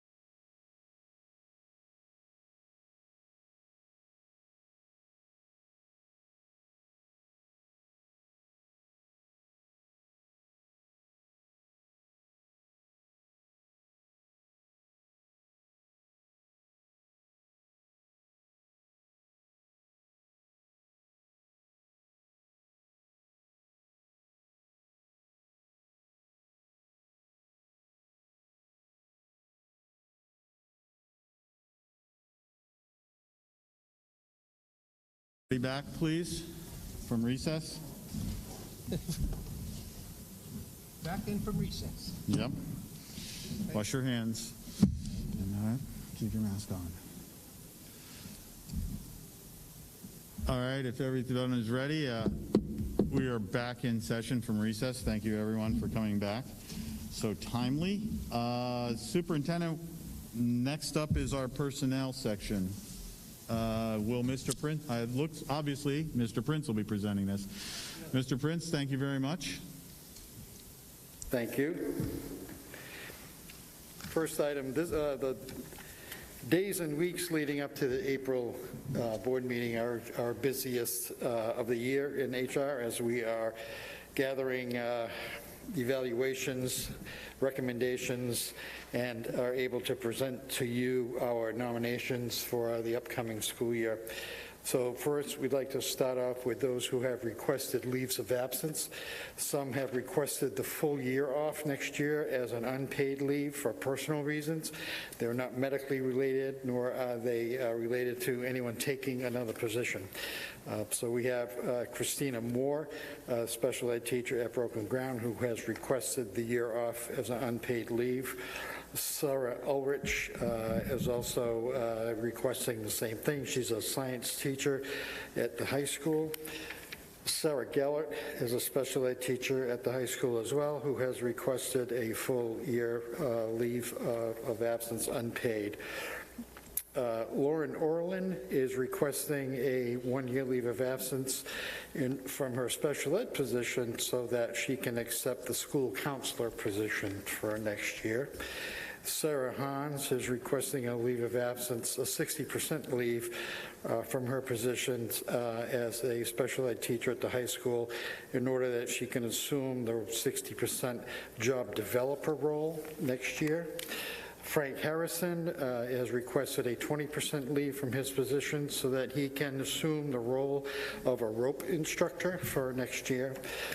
Jesse Camacho is looking to take a 20% leave of absence from his special ed teaching position in order to take the 20% class within the math department for the 21-22 school year.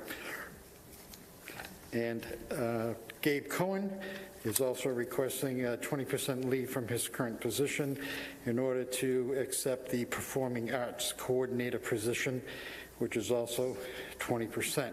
There is one request that did not make it in the book. We put together the book last week, so this came to us late. But Elizabeth York is an English teacher at the high school, and she has requested a 40% leave from that position to teach English in CRTC. And those are the leaves of absence that I have for you for tonight. Thank you. Mr. Prince, our superintendent, is it does the administration recommend that we approve these leaves of absence? We do, yes. Very good. Do I have a motion to approve the leaves of absence that have been presented to us this evening? Moved by Ms. Smith. Is there a second? Second. Seconded by Ms. Hastings. Is there any discussion among the board? And please help me with the board members that are over my head and behind me. Yes, Ms. West. I did ask this. I just wanted to know this amount of leaves of absence, this number of them, is typical? In April, you'll see a lot of them because we're gathering up for contracts, but they'll dwindle down next month. We may not have any. We have one. You know what I mean? These are typically renewals. These people take a leave every year pretty much to do this same work. So April is always a busy month. Okay, thank you. But it's not normal. Yeah. Okay. Other questions? Not seeing any.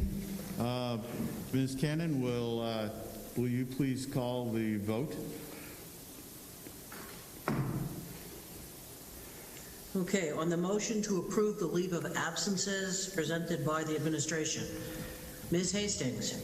Aye. Ms. Higgins. Aye. Mr. Parker. Aye. Mr. Richards. Aye. Ms. Smith? Aye.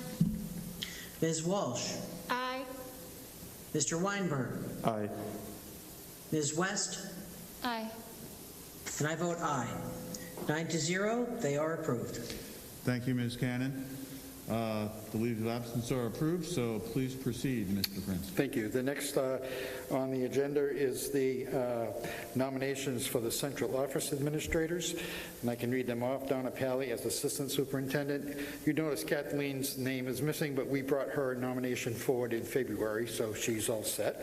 Robert Belmont, director of student services. Matt Cashman, director of facilities and planning. Terry Crotty, Director of Transportation. Jack Dunn, Business Administrator. Karen Fisher Anderson, School Safety Compliance Officer. Pam McLeod, Director of Technology. Larry Prince, Director of Human Resources. And Donna Reynolds, Food Service Director. Superintendent, is your position that we accept these recommendations and nominations for the coming school year? Yes, it is. Okay, thank you. Do I have a motion to accept the recommendations that have been made this evening for central office administration? So moved. Moved by Ms. Walsh. Is there a second? Second. Seconded by Ms. Smith. Is there any discussion or question? Ms. Cannon.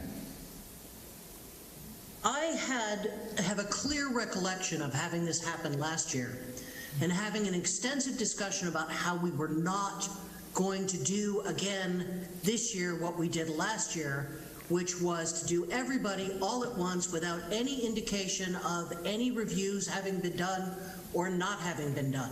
Thank you, Gina. So I will not approve this. Me either. Okay. So, discussion being that the recommendations be broken into individual recommendations, Ms. Cannon? Is that what you are, with an Without opportunity to any ask further questions? information, Mr. Richards, which we specifically requested to be given to us about this, that reviews were going to be done, which hadn't been done in years. No, I won't approve either as a whole or individually. I have no information whatsoever as to whether or not I want to approve or disapprove of any of these. Although, I mean, we have approved various people throughout the year for various things, but we had this discussion last year about not doing it like this again this year. So, This very discussion. yes. Yep. So, since we have a motion that has been seconded and we are in the discussion phase, Ms. Cannon, we will either need to vote on this, or you may make a motion to table this topic at this time or postpone it till a later date. So I leave it to you. Well, frankly, I would move that we table this to a later date so we can get some information about the reviews that were supposed to have taken place. Okay, a motion to table takes precedence over the existing motion. If it is seconded, is there a second to the motion to table? Second. Seconded by, I believe, Ms. Higgins. Yep. So now Yep. we will have a discussion with regards to this. So, Mr. Weinberg. Can I just have some insight into this discussion? What is prompting this? I'm sorry? Sure. Thank you, Gina. No, go ahead. Yeah. Barb, do you want to take a jump? I'll go for a bit, and then we can share this. So, Jonathan, a year ago, we had the same thing, this big group, and this will happen again for me under administrator nominations, which comes next.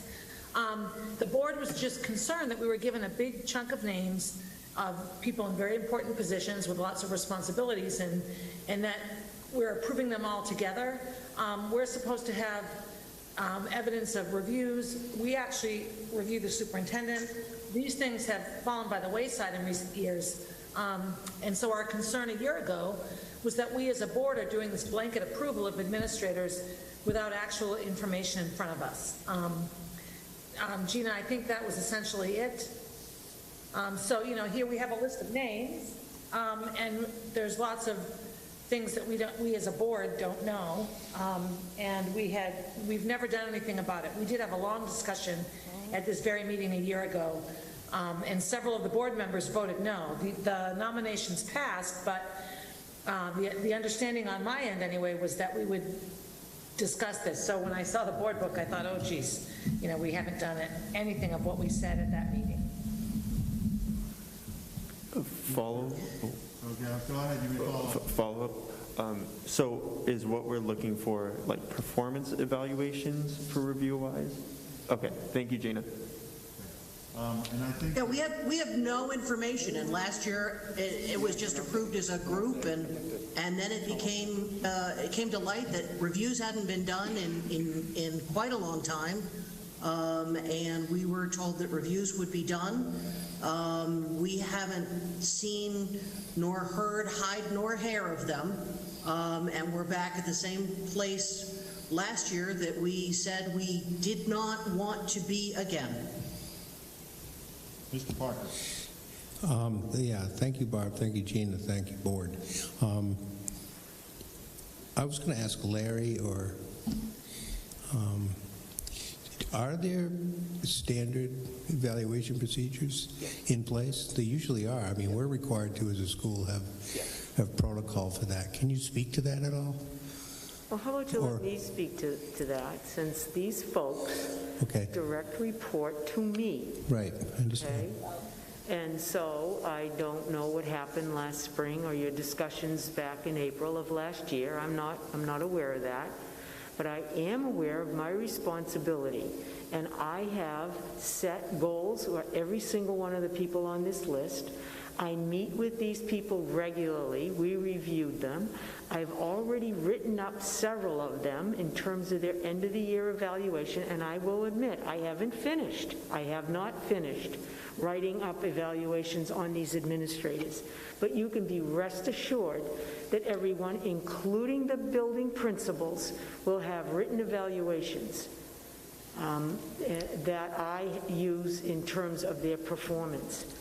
And that's not the custom to share those reviews with the board. That's not been the custom. That's never been a protocol. That's not the role of the board. That's my job to do as a superintendent. That's the job that I'm assigned to do. They work for me, and I work for you.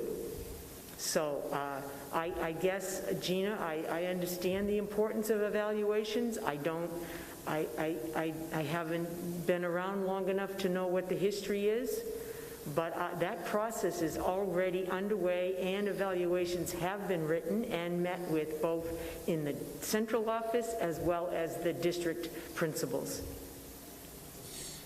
Yeah, I don't think we're necessarily concerned with getting into the specific evaluations. I do think there's a question of whether that is our oversight or not. I mean, we definitely don't want to get into running the district. On the other hand, to know there's certain protocol, given the history that we've had, we just need that reassurance. And so therefore, I would favor the postponement until you can come to us maybe at some point, if that's possible, and say, okay, this is where we are with the reviews. And the reviews are done this way, and we feel positive that everyone that's gone through the review has had, positive recommendations. I mean, I really don't think, Kathleen, that this is, it did come up last year, and so I do recall this. And it's not that we don't have confidence. It's just that I'll be happy to do that.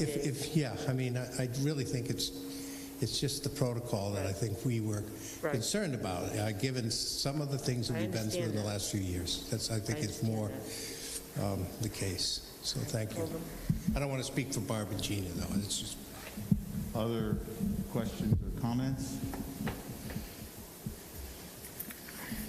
Okay, and so much as I believe I have it now, there is a motion to table this particular item until, pending what I would expect would be a non-public meeting with the superintendent. That has been moved and seconded. which takes precedence over the motion that we were currently reviewing with regards to approving these. So, with regards to the motion to table, not seeing any other discussion, Ms. Cannon, would you please state the motion and call the roll for a vote? Sure. The motion was to table the motion to approve the reappointment of the central office administration. Ms. Hastings. Aye. Mr. Higgins. Aye. Mr. Parker. Aye. Mr. Richards. Aye. Ms. Smith. Nay. Ms. Walsh. Aye. Mr. Weinberg. Nay. Ms. West. Nay. And I vote aye. So 7-2 to table the motion to approve the central office nominations. I believe three. I believe it was 6-3. Oh, who was the nay that I didn't hear? You would have heard Danielle's nay. Oh, I didn't hear Danielle's. I'm sorry. I had Jonathan and yes. Brain cramp. Ms. Smith, Ms. West, and Mr. Weinberg voted. I'm sorry, Danielle. I didn't hear yours. No problem. Needless though, regardless, the motion to table has carried, and Superintendent, we'd like to schedule that as soon as possible, please, before the next meeting. Thank you. I was just going to mention that we will be unable to issue contracts until you do meet. So, thank you, Mr. Next on the agenda is the nomination for CAA administrators, meaning specifically principals, assistant principals, and the athletic director. We have three that are separate from the typical list. Two of them, Laura Beth Elwick and Carol McCarthy, are going from one-year-only positions to continuing contracts. So that's why they're on this list. They're in the same position as they have been. And we have a new hire this year, Katrina Mackey, who will be replacing Nancy Pender at Broken Ground School at a salary of $107,972. They also, these other two, or actually all of them, will appear on the following sheet with everyone listed. I'm not sure if you want to continue along this path or not, but I'll leave it up to the board to approve the CAA administrators. Okay, so we've been presented the three administrator nominations, and that is followed by the full nomination of administrators. That's Am correct. I correct? That's correct. Before I ask for a motion, is there any discussion that the board or questions the board would like to propose first? Ms. Walsh. Could the superintendent just talk about the review process for principals and assistant principals? Thank you, Ms. Walsh. Thanks. That's a great question. So I don't evaluate the assistant principals. The principals do the evaluation. So that's a separate. But I also evaluate the principals. At the beginning of the year, this year, of course, it was a little bit later, probably in October. Around October, I sat with them. We have goals. We set the goals. I met with them several times individually to go over their goals, to work with them, visited their schools. And to date, I was just trying to recall how many I've done already in terms of meeting with and writing up evaluations. So they'll all have a written evaluation. I have not completed that process to date. But your intention is to complete it by the end of the school year? Absolutely. Every single administrator will have a written evaluation in their hands from me before the end of the year. That is an absolute necessity, and it's important that they get the feedback that they deserve every year, whether it's, constructive criticism or for all the good work that they did. I think it's critically important for them. Ms. Hastings. Is staff feedback part of your evaluation? I don't use staff feedback. They don't, that's like a 360 where you gather testimony from the staff around their administrators. I have not done that. Superintendent, are all of the people who are presented on this list meeting all certifications and requirements for their position? That is correct. Okay. Other questions? I thought I heard Ms. Higgins. I don't see. Well, there's also, it's not just principals here, there's athletic directors and CRTC directors and special ed directors. It's a big mix of administrators here. Mm-hmm. I think it's fair to point out also that, this year is unlike most years. I guess I don't remember the conversation from last year, but that might have been the meeting that I missed right after having Brooke. I think it's just fair to point out that this year obviously is unlike any other, that we have a new superintendent, we have a global pandemic, and to give a little leniency to people to get some of those recommendations, I think is asking not a lot.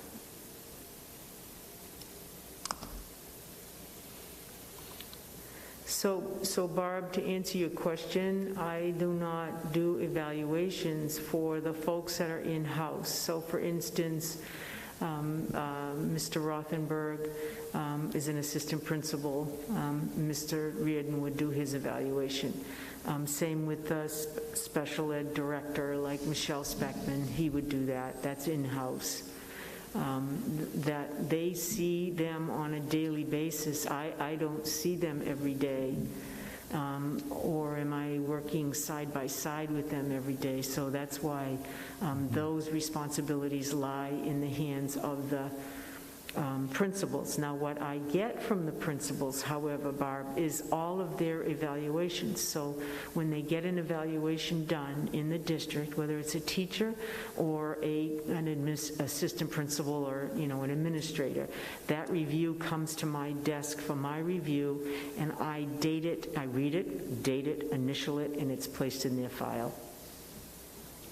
So do we have work to do in that area? Absolutely. I know I have work to do. I mean, I know exactly who's been done and who I still have work to do, and I just have not finished that. But if I had reason to believe that somebody should not be nominated tonight, you would have heard from me. So, Superintendent, is there a schedule that Mr. Reardon and Ms. Fitzgerald will, and all of our other principals, that they are required to follow when they're reviewing their assistants? And if so, will those all be completed by the end of the school year? That's correct. That's when I would expect it. And I met with the principals to review the staff. Is there anybody that we should be concerned about? Is there anyone that would not be nominated this year, including their assistants as well as their teachers? So that meeting happened in February. So that they know that they're on the list and that they have a responsibility to provide feedback. Mr. Weinberg. Superintendent, is this conventional in other districts you have worked in, that sometimes nominations are voted on before reviews are completed? Well, that does happen, and particularly this year. I mean, but I have, by the end of the school year, provided those kinds of the feedback to those administrators. Thank you. Kathleen, from what I understand, to be an approved school, you do have to do, I mean, that's part of the law, right? It's not a question whether we do evaluations or not. It's part of the law. Right. When I recertify teachers, that's one of the questions on there, that they have been successful in their work. So that's part of the certification process when I do that every year for folks. I understand from what I do. Right. The other question is, Larry, I don't want to muck up the works in terms of time, in terms of when you have to fulfill sign the contracts for next year. Is time of the essence? I mean, you didn't anticipate this response. So. I didn't know, so I'm not sure if I should go look for a job right now or not, but The teachers by law have to be issued their contract April 15. And we typically would follow that probably by the end of April, mid to late April is when contracts should be issued. So. Other questions? Ms. Wall. Do we have a school board policy on Thank you. I'm sorry. My words stop coming after a certain time of night. It's part of the collective bargaining agreement, actually, that reviews will be done on an annual basis, so. I'm not familiar with the policy that Yeah, teachers are typically done every 3 years along with their certification renewal, but administrators are usually every year. And is there any DOE directions on this or requirements, or is it just? No, there aren't any. Mr. Richardson, I'd like to move the nominations of the principals and assistant principals. I'd like to make a motion to move forward with the principals and assistant principals. We're going to be asking them to do a tremendous amount of work in the next 2 weeks, and I would not want to not be supportive of them at this time. So not only the principals and assistant principals, but there would be others like director of special education. The list, the D and E, I think. I just want to be clear that this list. So the motion has been made to approve the nomination of the Concord Administrator Association nomination presented by Mr. Prince, by Ms. Walsh. Second. And is there a second? Second. Seconded by Mr. Weinberg. Is there further discussion? And I appreciate everyone's discussion up to this point. Not? Oh, yes, Ms. West.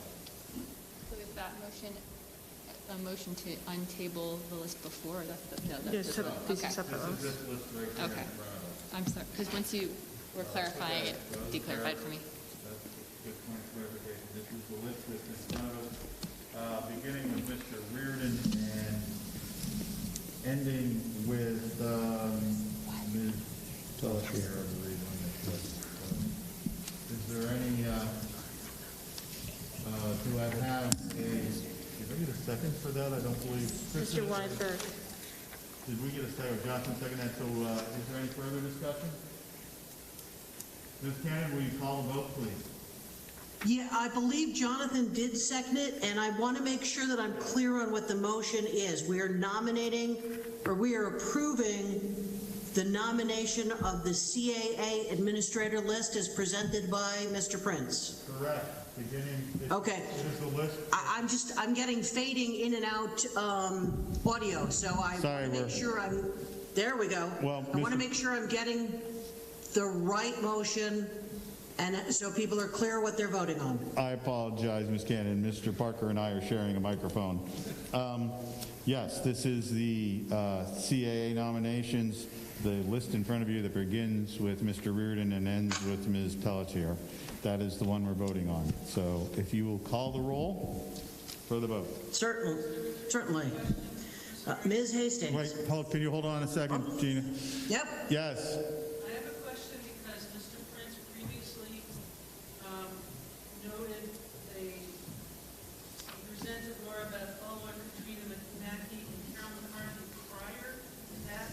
Are they included in those specifics in the list you're voting on? That is an outstanding clarification, Lyndon. And yes, we were going to include those 3 additional nominations that are on the pages immediately preceding the CAA list. Thank you. Is everyone clear on that? That this list also includes Carol McCarthy, Katrina Mackey, and Laura Beth Ulwick, who have greater details. There are new nominees and have details of their backgrounds on the preceding 2 pages. Was everyone clear on that? All right. Ms. Cannon, proceed. Thank you for your patience. Oh, not a problem. I'm just trying to make sure we know what we're voting on. Ms. Hastings. Aye. Ms. Higgins. Heartbreaking. I can't believe we forgot our discussion. No. Mr. Parker. Aye. Mr. Richards? Aye. Ms. Smith? Aye. Ms. Walsh? Aye. Mr. Weinberg? Aye. Ms. West? Aye. And I've got to agree that I can't believe we had a multiple hour-long discussion. Heartbreakingly, I have to also vote no. So, 7-2, it passes. All right, thank you, Ms. Cannon. Mr. Prince, proceed. We have one nomination for a CEA position. That would be for this year. From now until the end of the year, Mr. Adam Parker as the culinary arts teacher. He'll be replacing Chef Mack, who will be leaving at the end of the year. Steve Rothenberg at the CRTEC has requested that he work with Chef Mack to ensure a smooth transition. So we bring his name to you tonight to work this year as a teacher until the end of the school year. Very good. Thank you, Mr. Prince. And we want to thank Chef Mack for all of his years of service here. And yes. We'll miss him. Yes. He's done a yeoman's job. Is there a motion to approve the nomination of Mr. Parker? So moved. Moved by Mr. Weinberg. Is there a second? Second. Seconded by Ms. Hastings. Is there any discussion? Yeah, just Larry. Yes. I understand why you would do this, but I'm wondering, is this standard operating procedures to spend an extra, $14,000 on a training program for He actually has teacher? been working with us on an hourly basis. He has a full-time position right now, and so he's waiting for this approval before he gives notice. But it is odd, only because there's extenuating circumstances with Chef Mack. Okay. And we're not sure about that. So I just wanted the public to be able to hear that. Thank you, Larry. Yep, you're welcome. Parker, other questions? Comments? Not seeing any. Ms. Cannon, will you call roll for the vote? I will. Ms. Hastings? Aye. Ms. Higgins? Aye. Mr. Parker? Aye. Mr. Richards? Aye. Ms. Smith? Aye. Ms. Walsh? Aye. Mr. Weinberg? Aye. Ms. West? Aye. And I vote aye. 9-0, it is approved. Thank you, Ms. Cannon. Proceed, Mr. Prince. Thank you. Now, the next list are for CEA positions, teacher positions for the following school year, 21-22. Sarah Hayes is a world language teacher at $56,308. Janine LaChapelle, a 20% position, 1 year only, as a hearing teacher for the district at $17,987. Magalie Lawrence, a world language teacher. This is a 20% position at $9,163. Clint Close, a theater arts teacher at $79,124. Elizabeth York, an English teacher. This is a 40% position at the CRTC, and that should read 1 year only. That is a 1 year only position, and we omitted that, so I just want to bring your attention to that. Jesse Camacho, a math teacher, 20% position as 1 year only at $17,438. Gabriel Cohen as a performing arts coordinator. That's a 20% position, 1 year only at $17,987. A. Brink Howitt, a music teacher at Concord High, a 20% position, 1 year only at $13,360. Heidi Crumrine, a literacy coach. This is a 40% position at the high school, $35,975. Frank Harrison is a 20% rope teacher. This is a 1 year only position at $17,438. Donna Hillier, a special ed teacher at Concord High. This is a 1 year only position at $51,039. Kristen Houghton, a curriculum facilitator at Concord High. This is a 40% position at $34,875. Mark Meister, a special ed teacher at Concord High. Again, 1 year only position at $66,158. Elizabeth O'Neill, English teacher at Concord High, 20%, which is $11,656. Lauren Orland, a school counselor position at the Concord High, a one-year-only position at $89,937. Catherine Todd, speech language pathologist at Concord High, again 1 year only, a 30% position at $25,112. Lynn Vinskis, a science teacher / curriculum facilitator at the Concord High at $89,937.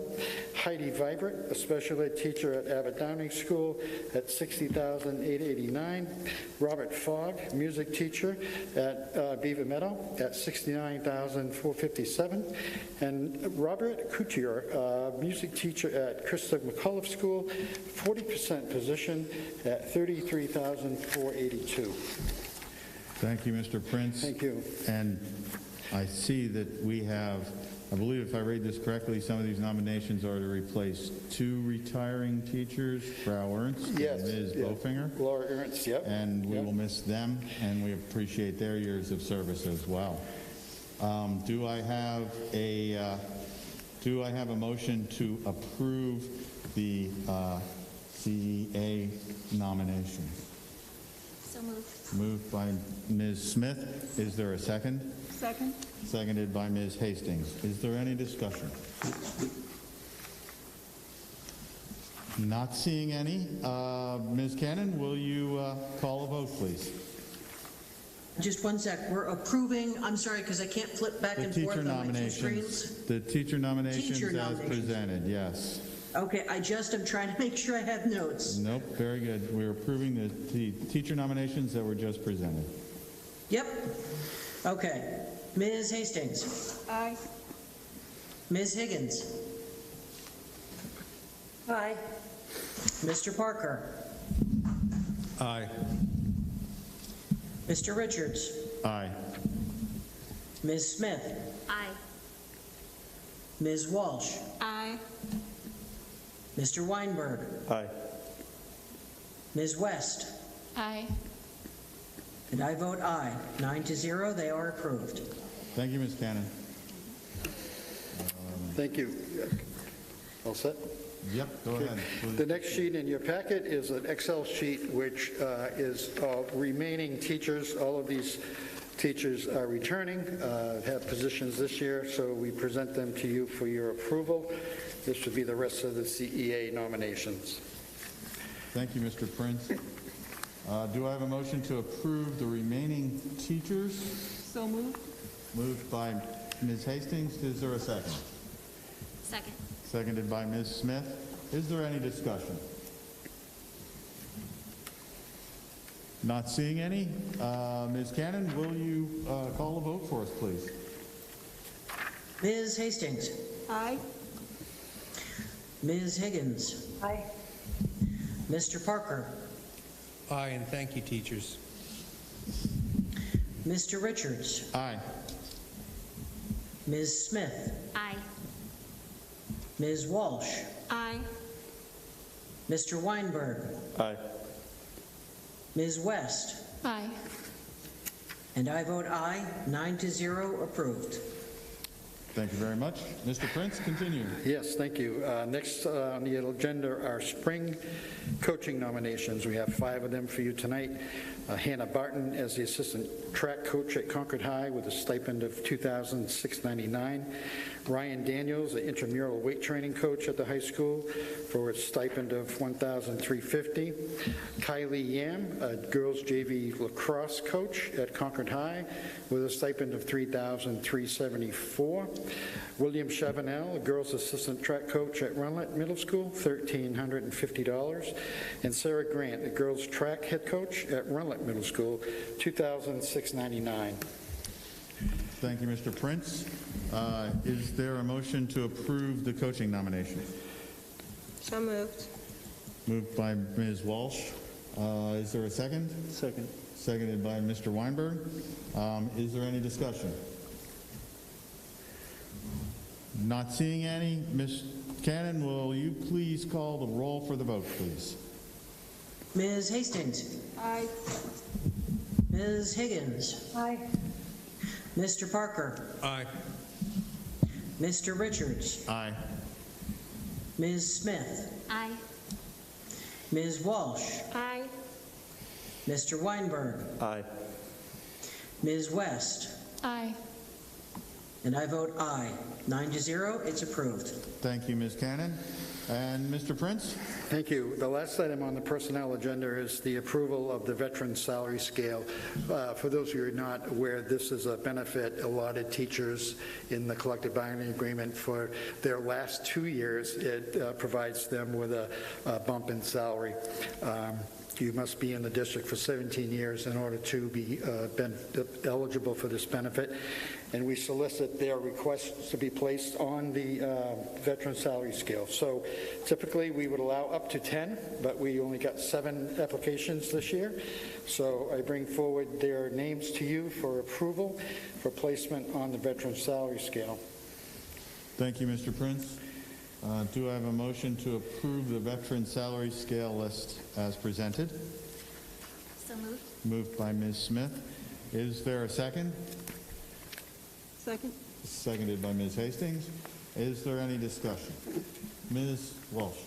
Can you clarify, you said in their last 2 years in the district? Right. Once they receive this benefit, they must retire. Oh, so that's, but there's a group of people who had this previously who didn't have to.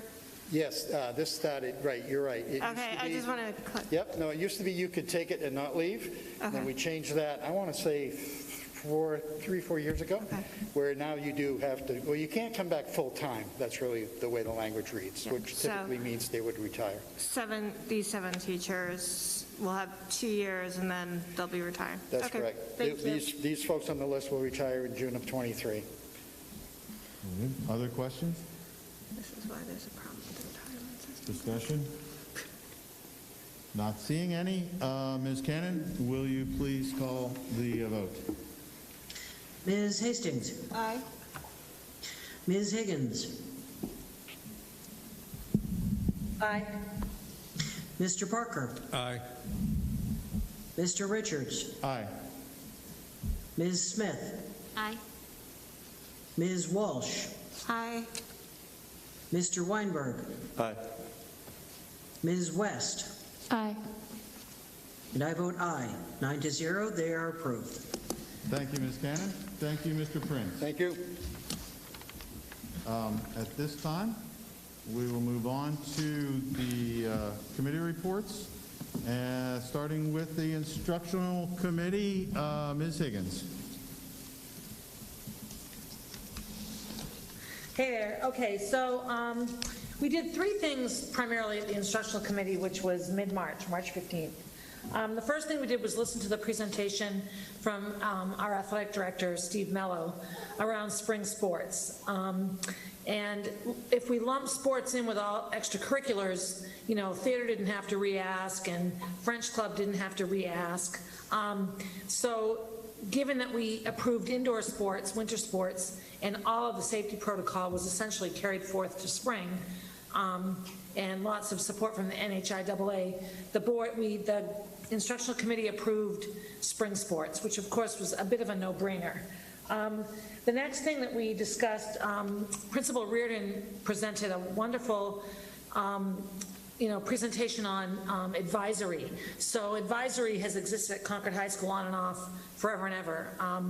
And his suggestion is that next year we have advisory on a daily basis, just because we've had this huge chunk of time that hasn't been anything close to normal. He was very thorough in the presentation. It was nothing for us to vote on. He was mostly sharing his ideas. In looking at teacher contracts and instructional time, all of those things are taken into account with the advisory, so we're not, while it's a new thing that we're asking teachers to do, expanding the advisory from once a week to daily, it won't affect their instructional time and prep time and all of that sort of thing. And then finally, we listened to Superintendent Murphy's presentation and Donna Pally around coming back to school. And of course, again, this was prior to our governor injecting himself into school activities. And so the presentation here was also thorough. meticulous. We really went through it. And in discussing how to support the motion, support the efforts of Donna and Kathleen in getting our kids back to school, the instructional committee voted to support their efforts, and a key piece, I'm going to read the motion that we came up with, and what we were going to present to the board prior to Governor Sununu's, insistence that we get back next week. So this is what we voted on. The committee voted 4-0 by roll call, so it was me, Ms. Walsh, Ms. Hastings, Ms. West, to recommend to the full board that schools should be reopened for full-time learning once school personnel have had the opportunity to be fully vaccinated. The committee fully supports the administration in the steps they need to take to make this happen in a balanced way, and it was moved by Pam and seconded by Brenda. So I realize now this motion might be a bit moot because we have Governor Sununu's mandate in play, but that is how the instructional committee felt on March 15th, that the vaccination piece was an integral part of the motion. So I think we just have to carry on our conversation from Superintendent Murphy's presentation at the beginning of this meeting as to what steps come next in regards to getting our kids back into school, and also looking into, so in thinking this through, looking into if there are ways that we can ask for more time, even if we think we'd be told no, is it worth looking into that? So at this point, I think it's more discussion, and we'll probably have to, rework this motion. I'm not quite sure how to go from here. But those are the things that we discussed in the instructional committee. Thank you very much, Ms. Higgins. Yes, it is my understanding that the governor has pretty much set the date as April the 19th, that it is not something that we can appeal, although I will let the superintendent provide any additional details from her conversation and conference call this afternoon. So, well, he was pretty clear about the order. They seem to leave the door open a little bit. If it related to safety, okay, if you find it absolutely impossible to space your kids, let's say you can't do the 3 feet and you can't do the 6 feet in the cafeteria and your building doesn't allow for it, that kind of thing, you could apply and request a waiver. The second was around, the other question was around the vaccination, but it was very clear by Dr. Chan that they did not make the decision around that, whether somebody was vaccinated or not, because the numbers in schools have been there's been a low transmission rate. Now, could we send over a letter and request that waiver? I guess there's a form. I haven't seen it yet. It hasn't been sent to us. So I'm waiting, but I certainly can do that to extend to what the original date was, the 3rd and the 10th. Yeah, I am. But I'm not sure. We didn't get a lot of positive vibes today when we listened to the commissioner. Yeah, my understanding is that we would be in stronger ground if we were looking for a waiver based on the fact that we could in no way do this. However, we have already determined that we were planning on doing this in May. And again, we looked at the class sizes, because that was the other piece. What does the class sizes look like? How many students are in those rooms? Now, you saw them today. You saw the desks set up. The distancing and the tables are already established. There's still some work to do. I know that we want to make sure all the schools are ready. We'll find out that. We have another principals meeting tomorrow morning, and we'll get a better picture. But I don't know as I have the evidence to say that we can't do this, given that we were ready to go anyway, and it was only because of the vaccination that kept us out until May 3rd and 10th. Thank you. Other questions? Ms. Walsh.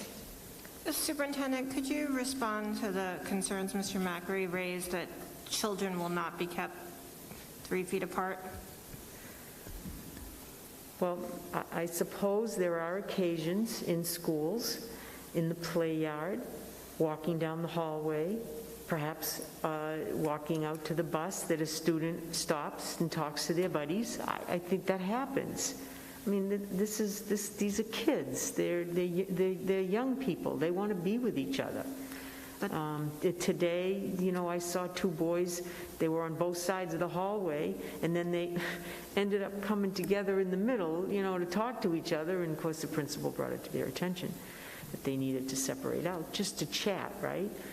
Nobody else was in the hallway. Does that happen? I'm not going to stand here and say it never happens, because it does happen, just like you see in the playground and the kids playing outside. They play together.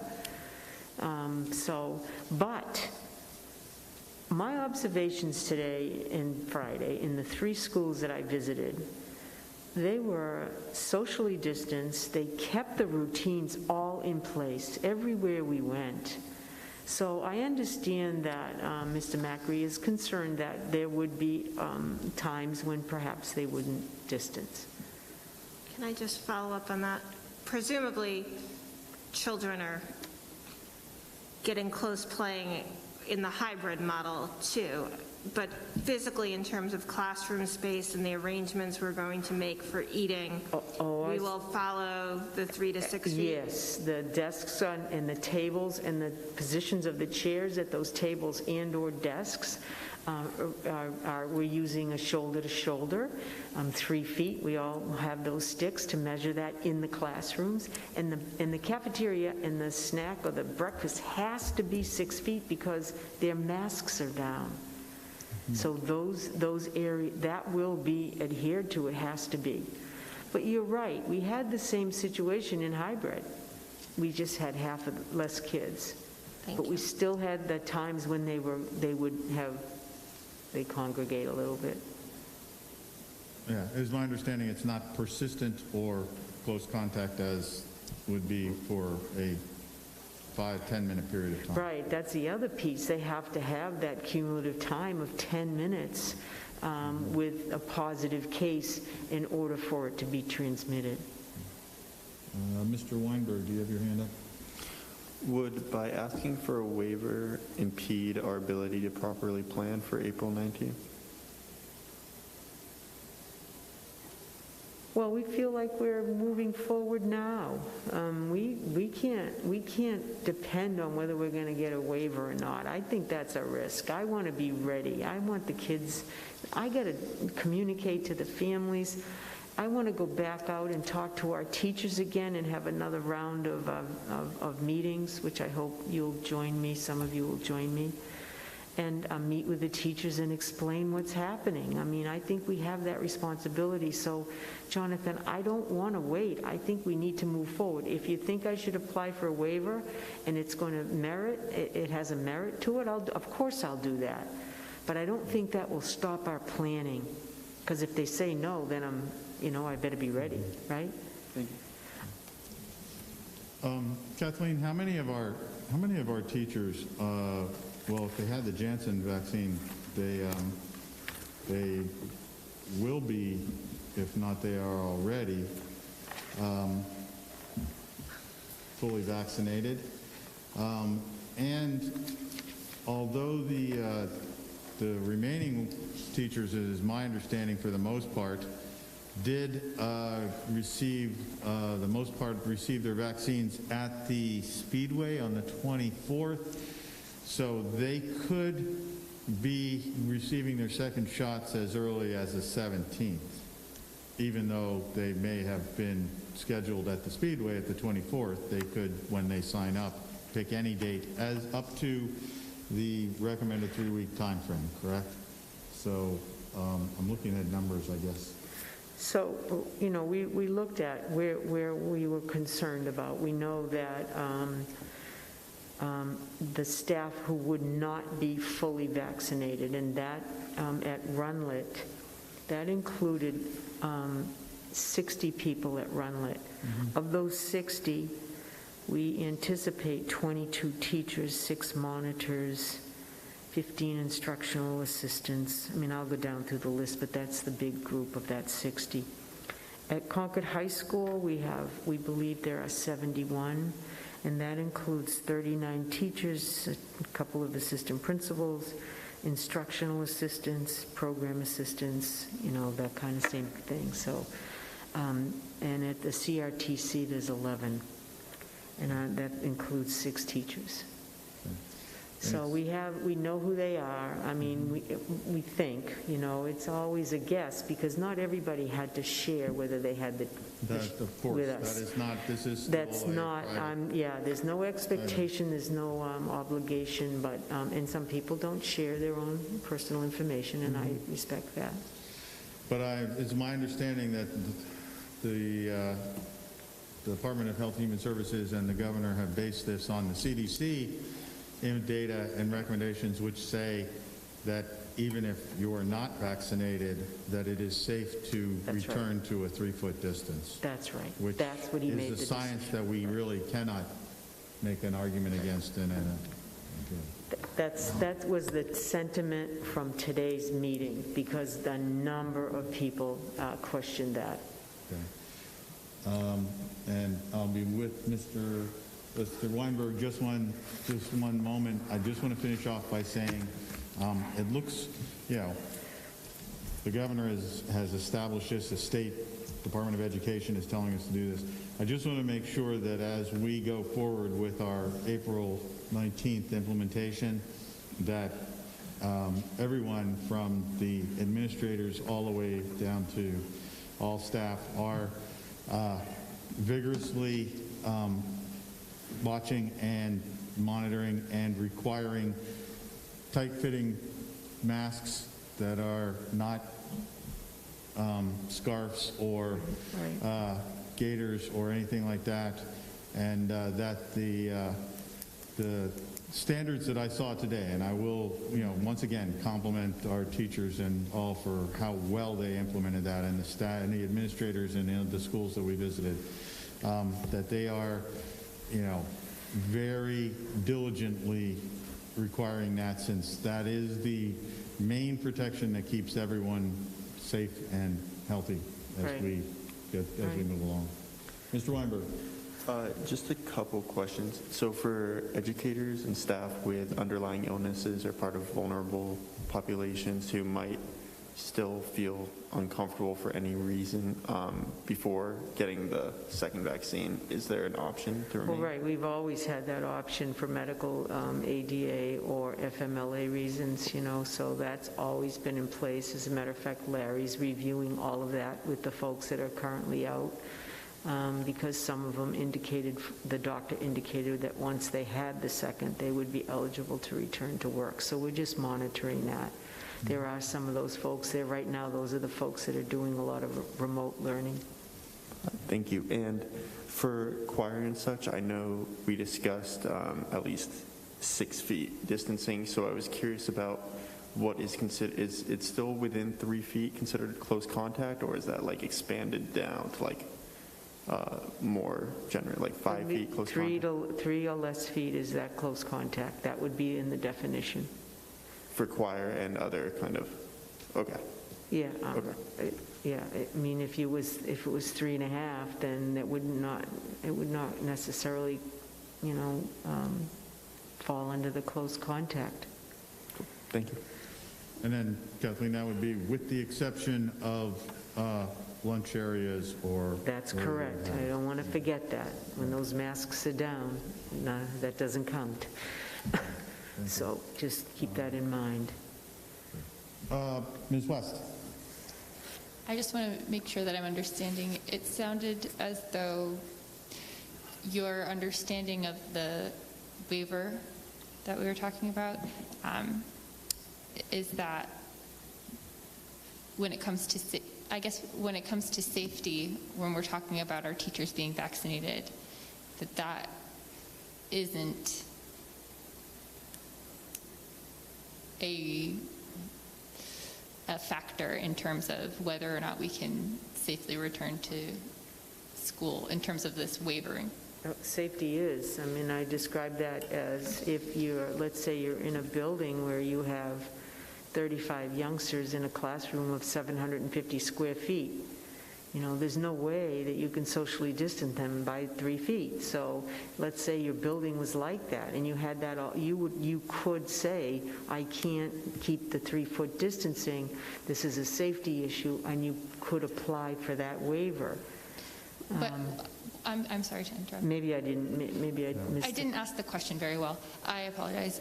What I am meaning to say is that, are you saying that if appealing for a waiver, saying the reason is because not all of our teachers have been vaccinated, that is not sufficient? That's correct. Okay. Unfortunately, that's correct. That's the message we got. Now, that doesn't prevent me from doing that. I don't have a problem doing that if you think that will give us more time. But I'm concerned that that's not going to go very far. At least that's that message we got today. And Donna was on the call too. She was in a different room. We both took the same call because we wanted to make sure we had everything right. Other question, Ms. Walsh. It's not so much a question. I wish we had the state had followed the CDC guidelines and teachers had been vaccinated a little earlier, because that would make this, because I understand why some of them feel uncomfortable. I'm pretty comfortable with the science. I don't think we should ask for a waiver. I think that just adds to uncertainty for teachers, for families who, have to make plans. So I'm going to move that we plan to return to school 5 days a week on April 19th. Okay. So Ms. Walsh has made the motion that we plan to return to school 5 days a week effective April 19th. As described, I would expect without modifications to the plan presented to us today. And do I have a second to that motion? That's seconded by Mr. Parker. I think it needs to be instructional committee. I think that this is actually a full board, I think, at this time, since it's already been discussed. So do we need to make a motion to get rid of the motion? The recommendation, there wasn't a motion, Ms. Higgins. It was a recommendation from the instructional committee, so this is a motion that adjusts that recommendation, I believe. All right, sounds good. All right. Thank you. No, good question. Ms. Cannon. Sorry, can I reword that for a second? I don't know who made the first move, or motion. The motion to return to in-person instruction, I think is because you said motion to return to instruction 5 days a week, and I think we need to say that it's in-person instruction. Yes, it's Ms. Walsh. I made the motion, and in-person 5-day-a-week instruction, following the superintendent's plan with the remote option remaining. Thank you, Ms. Walsh and Ms. Cannon, for that clarification. Other items of discussion or comments from the board members? Not seeing any. Ms. Cannon, will you please call the roll for our vote? Just one sec. Who seconded? It was seconded by Mr. Parker. Thank you. You're welcome. I'm just 30 seconds behind in writing. Oh, appreciate your diligence. Aye. Miss Higgins. I'm going to say nay, just because I think it would be nice to see if we could buy ourselves more time. So I'm going to say no. Mr. Parker. Aye. Mr. Richards. Aye. Ms. Smith. Aye. Ms. Walsh. Aye. Mr. Weinberg. Aye. Ms. West. Aye. And I'm going to vote no. I agree. I think we want to at least ask for the more time for the teachers. But 7-2, the motion passes. Thank you, Ms. Cannon. And thank you, Ms. Higgins, for the instructional committee report. At this time, the next report we'd like for committees would be the Joint Finance Capital Facilities, either Ms. Walsh or Ms. Smith, or both of you. I'll take it to start. Great, thank you. So the Capital Facilities Committee was really eager to sort of get things off the ground with runlet planning. So we asked to have a joint meeting with the Finance Committee. We reviewed sort of quickly a history of the project and then talked about some decision points, financial planning and a timeline, and then sort of some next steps moving forward. I believe actually everybody here was part of that, both of those committees, and probably pretty familiar with this by this point. Some of the major decision points we still have on the table right now include grade level determination, 5th through 8th or 6th through 8th, building location, a partnership with the Y potentially, and of course financial planning. Our end goal really, well, not really our end goal, but sort of a first goal and end goal for this year anyway, is to sort of get a letter of intent ready to apply for building aid for January 1st of 2022. And there's a lot of steps that sort of need to happen before that, and obviously a lot of steps after, but that's the big date in our mind right now. In order to sort of move forward with getting to that point, those big decision points that I mentioned, the grade configuration, where we're going to have this building, all of those things are part of the schematic design process. And I know the Capital Facilities Committee is very eager to get that underway. We realize that we can't make those decisions by ourselves in a bubble, and we really need community input, we need some professional input. And so we came together with the Finance Committee to make a motion to the full board. They actually came into two motions. One was from our committee, the Capital Facilities, and one was also from the Finance Committee. So I'm going to try to sort of morph those into one to present to the full board tonight, hopefully for your approval. We would like to recommend to the full board that the administration move forward with continuation of planning study services to work with the administration, staff, and stakeholders to determine the following: grade configuration analysis, education program review, potential partnerships, site analysis and design options, community outreach, and sustainability forum. The estimate of these additional professional services is up to $200,000. We would also recommend to the full board that we appropriate funds from the Facilities and Renovation Trust Fund to pay for the continuation of planning study services. So may I take that as a motion? Yes, please. Very good. Second. Seconded, I'm sorry, I didn't catch who seconded that. Ms. Walsh? So Lyndon's motion was made by Ms. Smith and seconded by Ms. Walsh. Is there any discussion?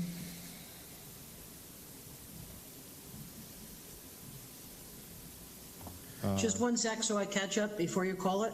Absolutely. I'll just say that I sat in on this committee, and it was a very thorough presentation, and I am encouraged to see that we'll be moving forward with the supplemental service studies. So I think that's great.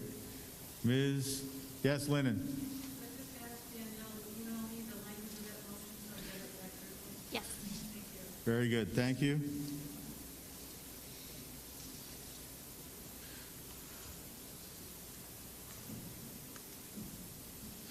And Ms. Cannon, are you good with that, or would you like either myself or Ms. Smith to reread that? Mr. I think Lyndon probably has it. I'm keeping sort of shorthand notes, but I suspect that Lyndon just asked if you would forward the motion to her after the meeting. That is correct. She's so efficient. I'm just impressed. I will be happy to call. Not yet. Nope, you got to wait. Sorry. Okay. We still have some more discussion, but thank you for your eagerness. Mr. Weinberg.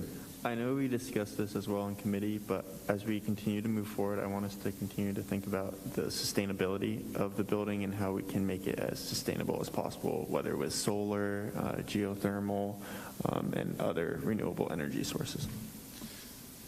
Thank you, and both of the committees, particularly the Capital Facilities Committee, I think heard you loud and clear.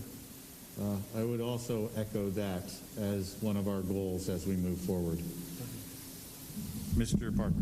Yeah, I think that was part of the motion, was the sustainability option.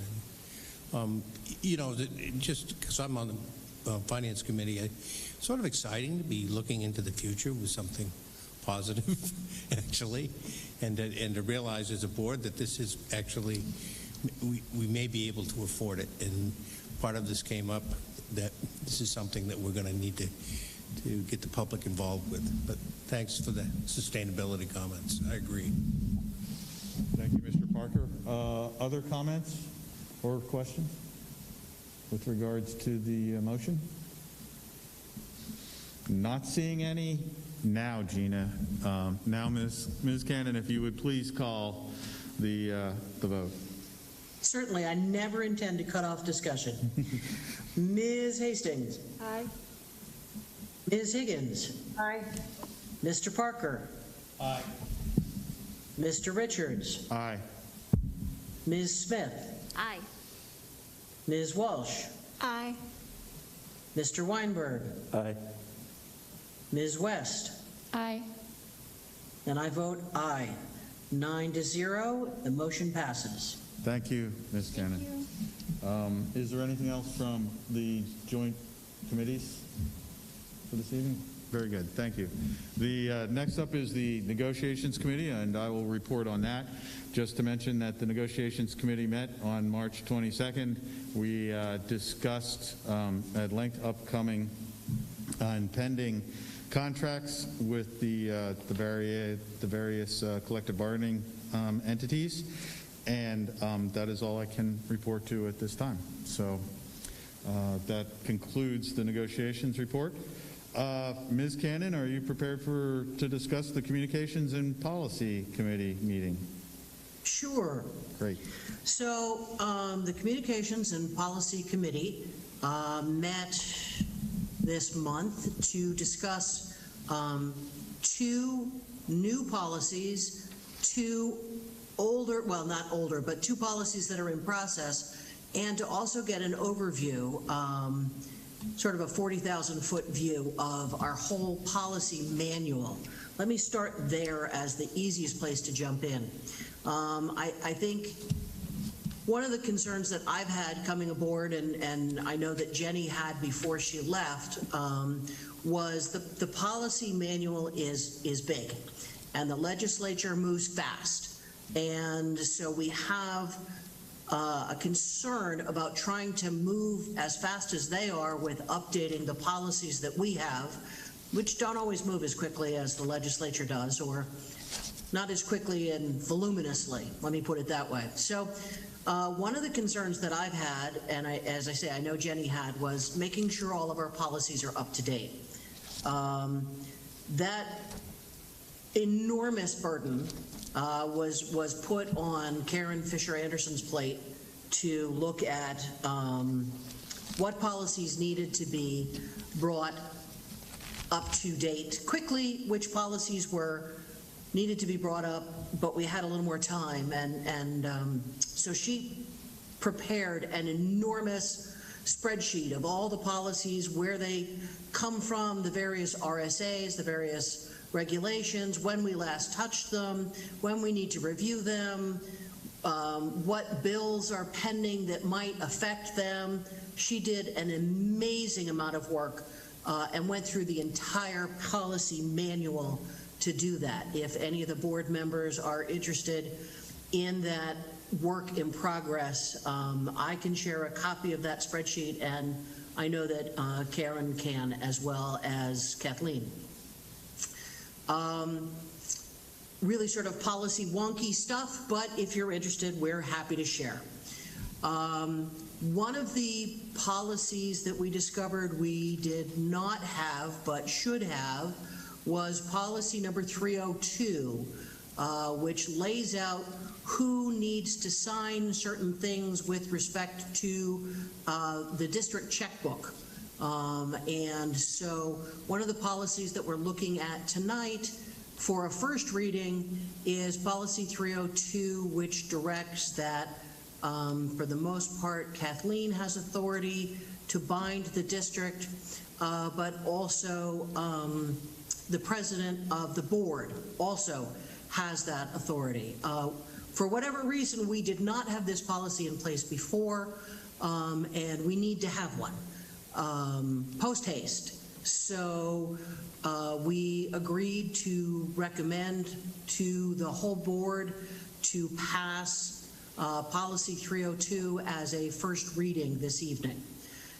At this point, do you want me, Jim, to go through all the policies, or should we break them up into the 4? I think that is good enough for the first reading for that one. I think Well, does anyone have? We don't have a vote on that? If people have read it, does anyone have any comments? Does anyone have any comments on 302?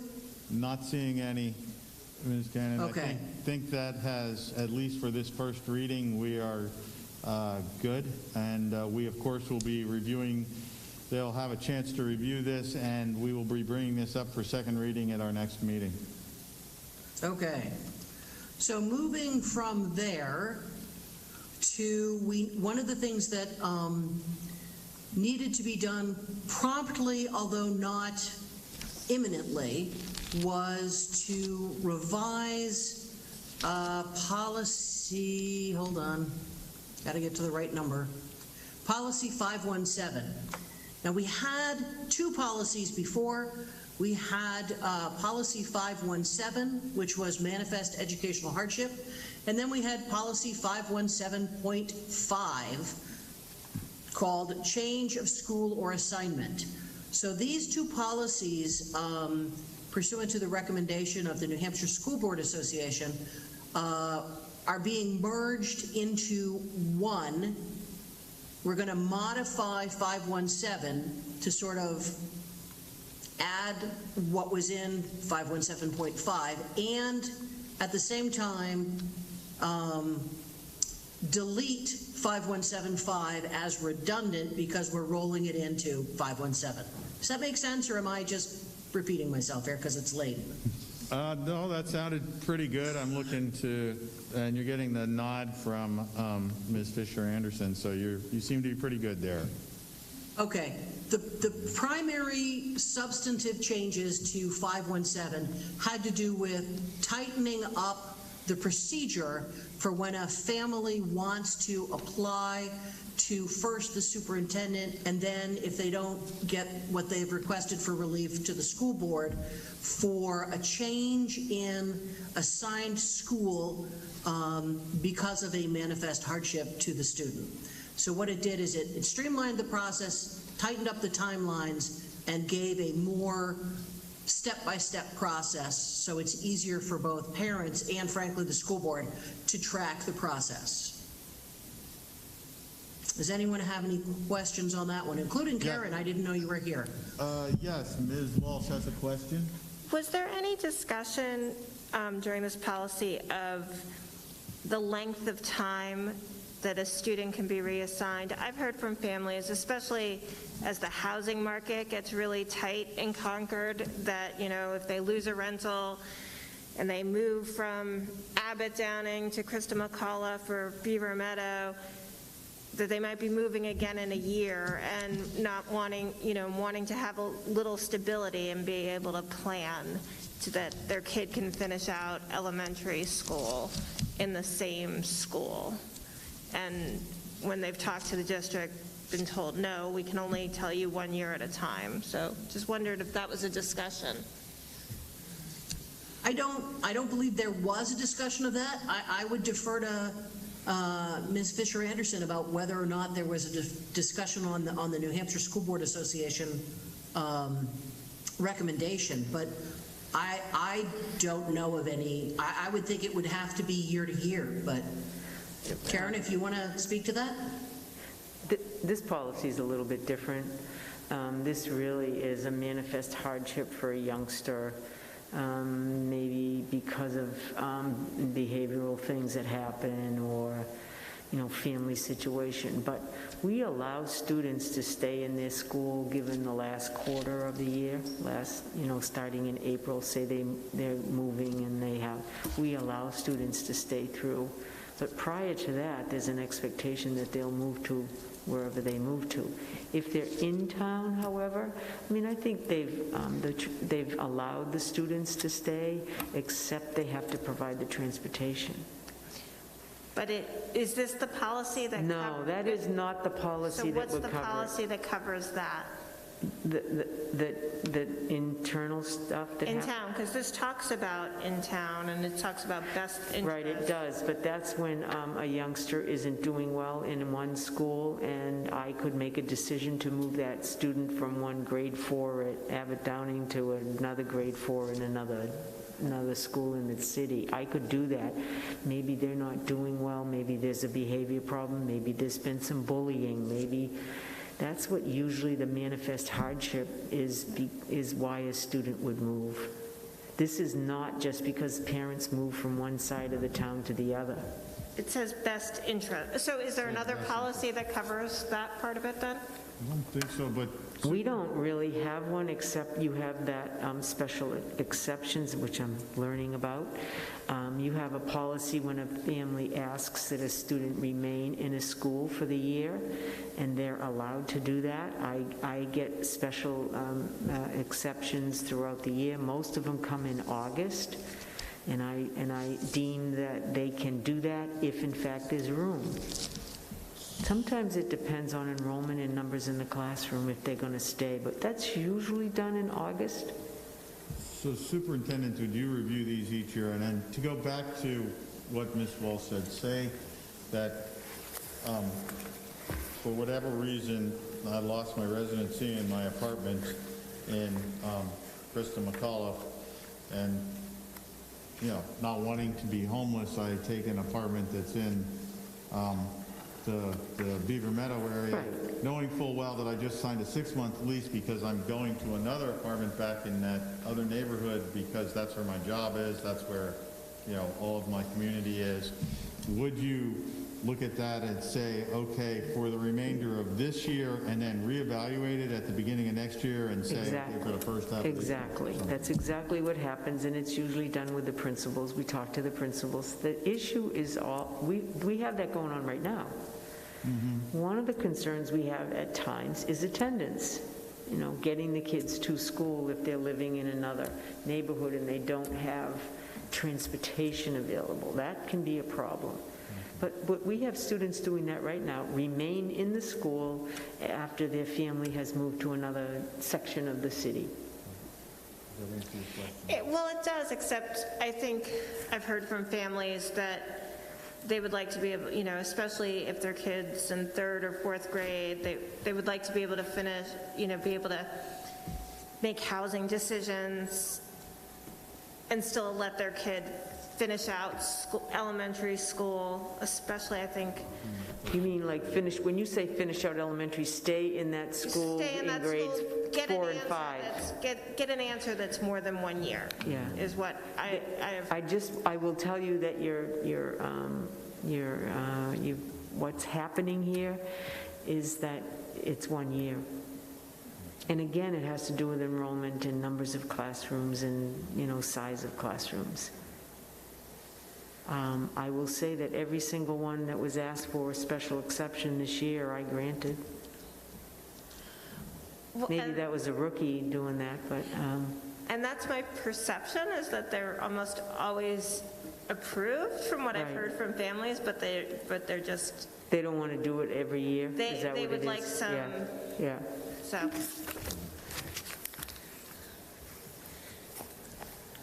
So, I guess I'll have to look at the policy. Beyond the scope of this policy at this time. Yeah, I'm going to have to look and see if there's some kind of specific policy on that, Pam, regarding that internal.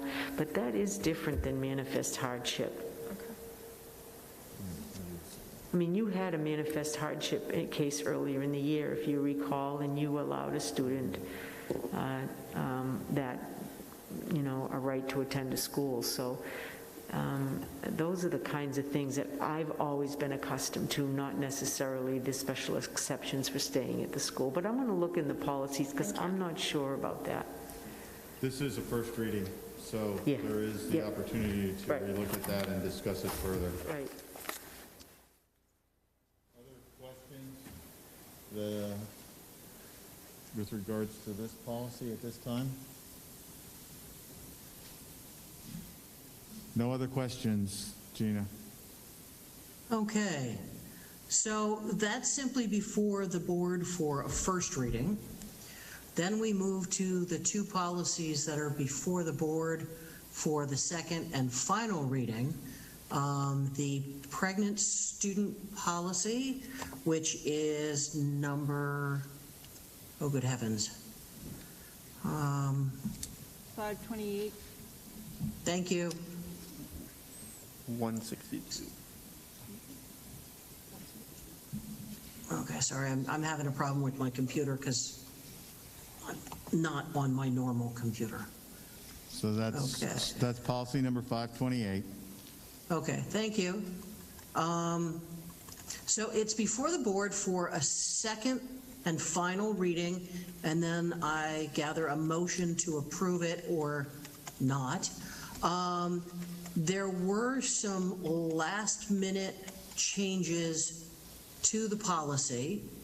Pam, do you want to address your request to change the language?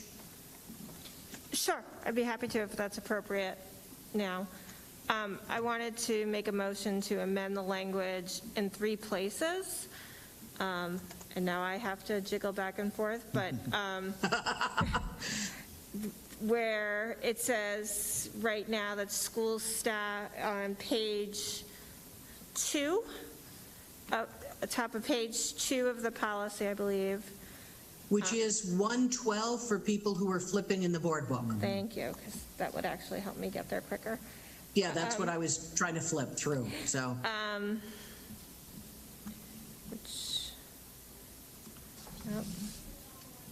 Top of 113, thank you. Where it says school staff may provide pregnant students and new parents with information relative to medical health facilities, community health resources, parenting resources, child care and counseling resources. I'd like to change the may to shall. The second part of that was on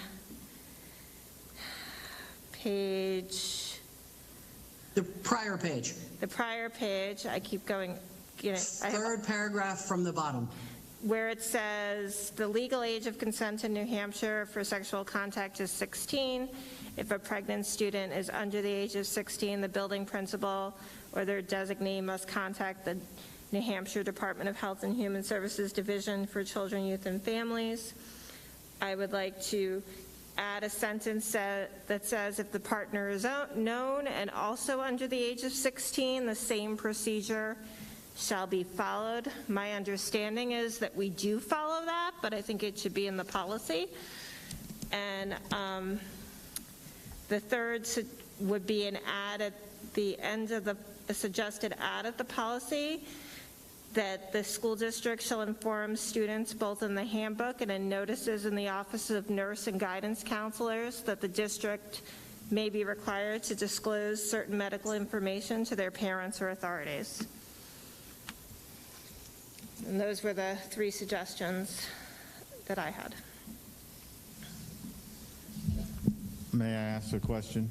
With regards to the shall as opposed to may, provide information. From a legal standpoint, the individual may decline that information still, even if we shall present it, right? Because I think, like, we can't really force them to take it, but we shall give it to them. I guess I'm looking at that legal point. Yes, Ms. Okay, very good. Thank you. We need a second to the motion before we really get We haven't had a motion on the. We haven't had a motion yet. On the prior thing to amend yet, so just to throw that out there. Okay, so yes, this is a motion to amend the policy as it is presented for second reading. The motion is made by Ms. Walsh, and thank you for that, Lyndon. Do we have a second to the motion? Second. Seconded by Mr. Weinberg. Okay, now in discussion, I'll ask the question is, if we put the word shall, is there any legal problems we have with that, and that the people could probably, I'm assuming there's not, that they can decline the information if they so choose, but that they shall at least give it to them? I guess I'm asking. I don't know. Who are you asking?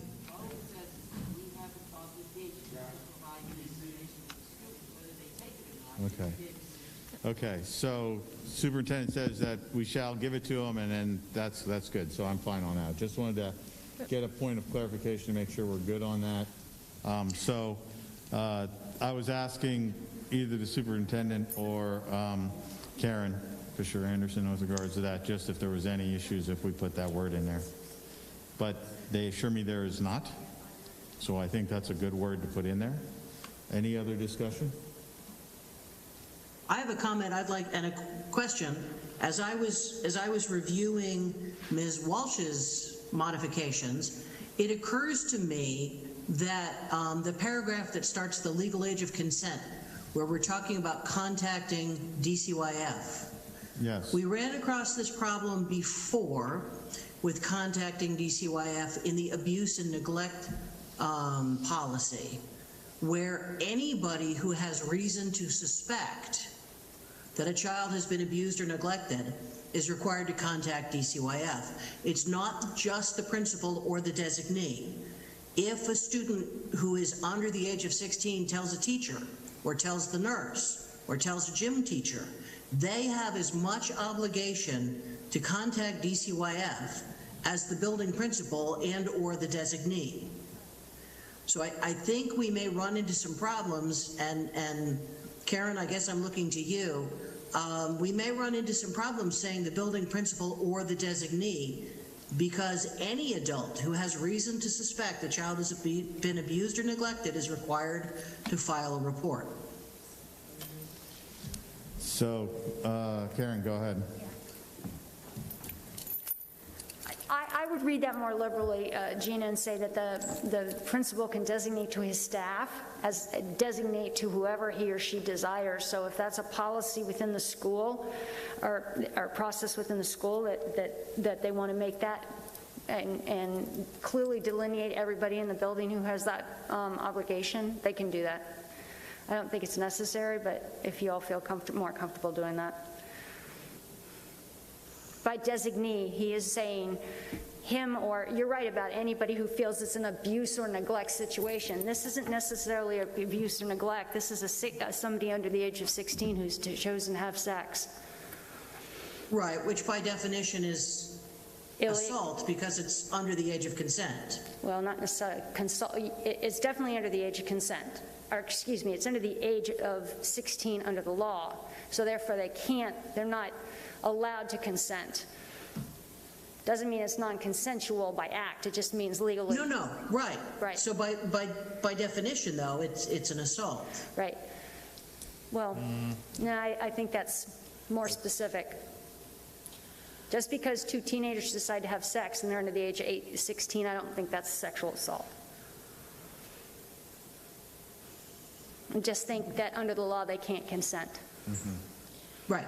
So I put that in a different category than abuse and neglect. Okay. I just don't want to get someone tripped up by them having to report to the principal or the nurse and not DCYF, and then it comes back on, say, the teacher. Right. Yeah. Well, hopefully the chain that we've put in the policy from either somebody finds out, they tell the principal, or they tell the nurse, or they tell, I believe, the counselor. And forgive me if that's not in there. I think it is, but it's definitely the principal or the nurse. That the word then filters down, and then that that, that determination is made. How old is the girl? How old is the boy? And and then the notification goes off to appropriate authority. DC. Okay, I just want to make sure we're not, Does that answer that? Okay, that's good. Mr. Weinberg, and then Ms. Walsh. Ms. Fisher-Anderson, I think you could probably provide clarity on, because there are Romeo and Juliet laws in New Hampshire, correct? That kind of, I guess, as we have this topic of like what is considered abuse and not, did those probably conflict with that as well? I'm not sure I understand. I'm sorry, Jonathan. I'm not sure I get the question. The Romeo and Juliet laws like discuss the age of what's too far, like if someone's 18, and I'm not sure of the exact wording on it, so I don't want to speculate. Yeah. But I guess just to, talk about Gina's point of what's considered abuse, that would not. Yeah, we've checked, and this is a great topic. We've checked into it a couple times. Anybody under the age of 16, because of the way the law is written, cannot legally consent to sex, okay?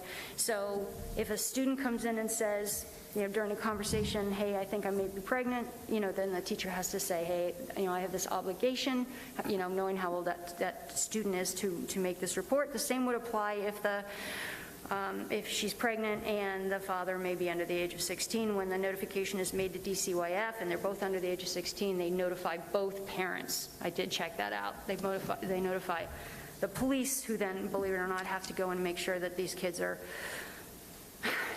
safe. And so the other thing that we have to do is if they're between the age of 16 and 18, then we have to report to DCYF still if we suspect that there's some sort of coercion or sexual abuse in that particular instance. I'm not sure that answers your question about the Romeo and Juliet portion. The internet did. Thank you. Is that good? Yes. Okay. Ms. Walsh. Just to Ms. Cannon's point, I think we could also change the building principal or their designated school district employees must contact the New Hampshire Department of Health and Human Services Division for Children, Youth, and Families, so that we're clear that whoever the employee is, they have an obligation.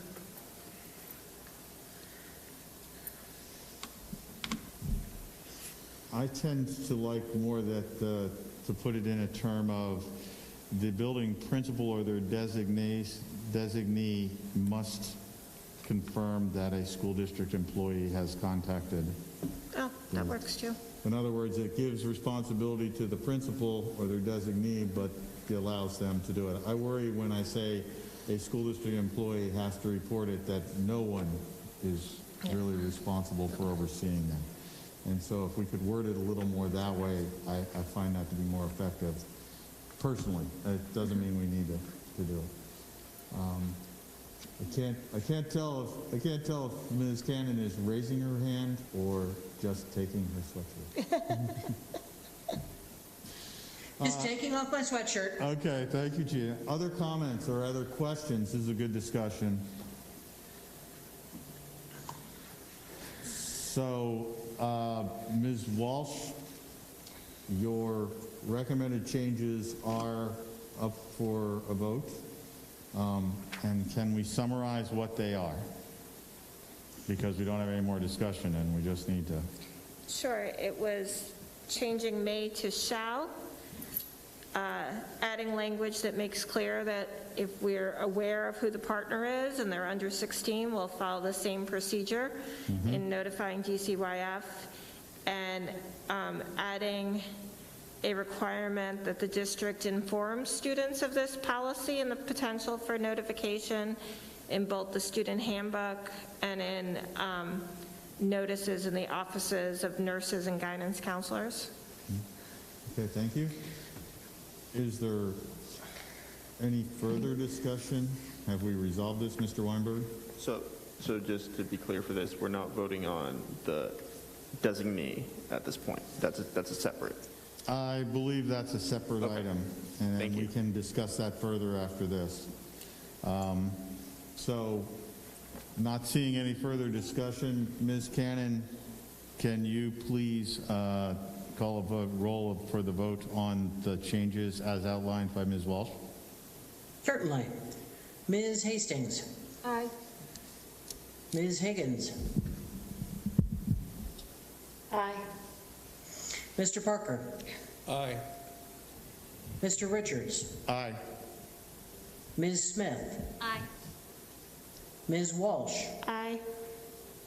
Mr. Weinberg. Aye. Ms. West. Aye.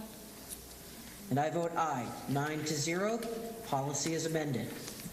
All right. Now, with regards to the item that Mr. Weinberg was just referring to, with regards to who is responsible for notifying DCYF, do we want to make a change to that wording or leave it as is? We had some discussion on it. Ms. Cannon, you brought it up. What is your position at this time, or your feeling? I guess I like that the principal, how about the principal will confirm that district employees have made the appropriate contact with DCYF. I am fine with that, Ms. Fisher-Anderson. Does that meet the needs you have? Is there further? I'll take that as a motion to change the wording. And I'll second it. And I'm sorry, Pam, you seconded it? Yep. Seconded by Pam. By Ms. Walsh. Sorry, Lyndon, trying to keep you straight. Further discussion on that wording. I'm good with that. I think that's a good change. Anyone else? All right, Gina, why don't you call a vote on that one? Call a roll. Yep. One sec. Sorry, just still writing notes. Nope, glad to accommodate. Ms. Hastings. Aye. Ms. Higgins. Aye. Mr. Parker. Aye. Sorry? Aye. Thank you. Mr. Richards. Aye. Ms. Smith. Aye. Ms. Walsh. Aye. Mr. Weinberg. Aye. Ms. West. Aye. And I vote aye. So the motion to modify the reporting requirement is approved. Okay. I would like to make the motion that we approve. This is a second reading, correct? Yes. So I would like to make the motion that we approve the policy as amended, and I guess that's all I have to say. This policy 528. Thanks. I have to page down too. 528, pregnant students policy. Is there a second? Second. Seconded by Ms. Smith. Further discussion. Mr. Weinberg. But before we vote, I just want to make space.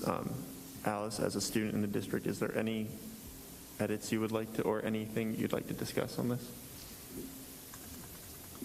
I read through it. It seems good to me. I think all of the edits that you guys made tonight are really helpful. So I would say I'm in support of it. Thank you. Thank you, Mr. Weinberg, and thank you, Ms. Richards, for your input. We appreciate that. Other discussion?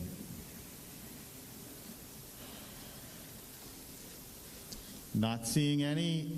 Ms. Cannon, will you call the roll for our vote? Sure. Ms. Hastings. Aye. Ms. Higgins. Aye. Mr. Parker. Aye. Mr. Richards. Aye. Ms. Smith. Aye. Ms. Walsh. Aye. Mr. Weinberg. Aye. Ms. West. Aye. And I vote aye. 9-0. The policy 528 as amended passed. So the new policy is adopted. Thank you, Ms. Cannon. Please continue. Okay, and moving to the transgender and gender nonconforming. Let me just scroll to the right page, which that was not it. Hold on. So this is also for the second reading. This is a little more complicated in the board book because if the board will recall, the last time we came to the board for the first reading, The committee had recommended to approve the policy.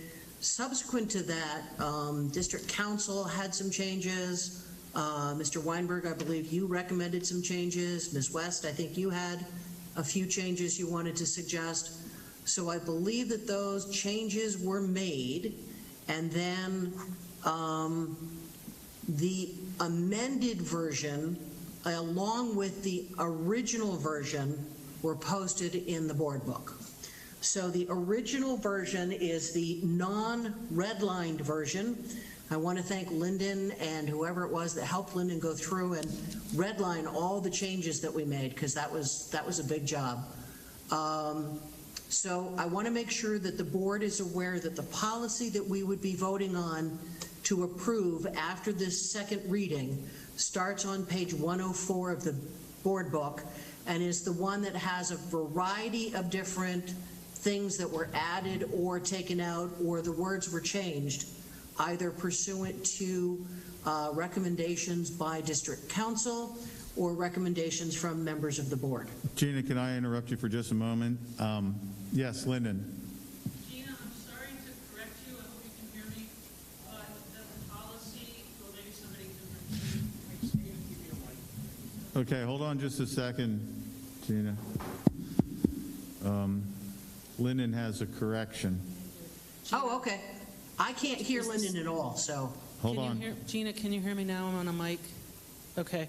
So I'm sorry, I wanted to correct you. The clean copy, the clean version is the version that you will be voting on. The version, the version behind it is the original with all the marked up changes. But what is clean is with the changes accepted, and that's what you would be voting on, the revised policy. Okay? Okay. Thank you. But thank you also for doing all the redlining. That was a huge job. So I guess I would make a motion that the board approve policy number 162 as it appears starting on page 98 of the board book. Okay, thank you. Do I have a second for the motion? Second. Seconded by Ms. Walsh. Discussion, Mr. Weinberg. I have an amendment just for on section 3, section L. That should be page 103. I'll just wait for everyone to get there. I know we focused on trying to not use too much gendered language, so just how it says the superintendent or his or her designee, just to change to the superintendent or their designee is my amendment. I'm sorry, your amendment is to what? To switch in that section, or his or her designee to or their designee. Oh, okay. So the amendment is to switch his or her to their designee on section L, I guess it's 3L. Am I correct? Yes. Okay, so 3L.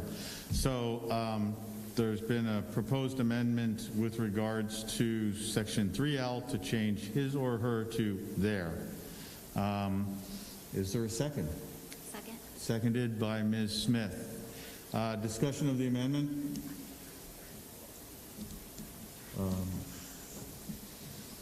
Not seeing any. Ms. Cannon, could you call the roll for a vote with regards to the amendment referencing 3L? Ms. Hastings? Aye. Ms. Higgins? Aye. Mr. Parker? Aye. Mr. Richards? Aye. Ms. Smith? Aye. Ms. Walsh? Aye. Mr. Weinberg? Aye. Ms. West? Aye. And I vote aye. 9-0, the amendment passes. All right. Further discussion? Ms. West? I just wanted to bring up section D again. It says, in situations where students are segregated by gender, a student should be included in the group that corresponds to their gender identity. And I believe that still leaves, if you're a non-binary student, you wouldn't identify with a gender segregated activity in either way with your gender identity. So I think that the solution that is in section J, which talks about if the student has an IEP or a 504 plan, support services and accommodations will be considered in order to respect and affirm their gender identity. So if the parties cannot reach an agreement about the elements to be included in a gender support and transition plan, the building principal or superintendent shall be consulted as appropriate, which I think gives more agency to the student. So I'm not sure if everyone understands what I'm proposing. I'm sorry, I don't. But maybe it's just because it's late. Can you run that one past me one more time? Right. So the issue I have is with section D, the gender segregated activities, and the language is, in a sense, excludes non-binary students. So would the result of that be that if, say, fourth grade sex ed is separated by gender, students who are non-binary go to the library? Well, that's what I'm saying, that their choice should be based on their comfort, not based on their gender identity, or the one that they assert, because the gender identity you're asserting is non-binary, which is neither male or female. So if something's separated into male or girls and boys, that doesn't correlate to not having a binary gender. I understand what you're saying. Yeah. I don't know what the solution is, but I know what you're saying. I mean, I understand what you're saying. I just don't know what the solution is, because I think there was a conversation before about the only time there was that students are segregated by gender was fourth grade health class. Well, I just think that we can adopt the same solution as with the, where was it? The J. Or was it J? Yeah. There's also, I mean, couldn't we just add in, or where the student feels most comfortable? In the sentence that we say they can, choose where they want to go based on the gender identity they I can't talk, identify with, or where they feel most comfortable. Yeah. Because then if they're non-binary, then I think that might cover it. Because I would think most non-binary, I think kids that identified neither would choose where they wanted to go. And yeah, I just think we offer a choice where they feel most comfortable. Would that cover it, Kate? I think so. And then we're not getting so overly specific that we have a policy that's impossible to, feel good about. But we want our students to be able to choose where they want to go in these situations.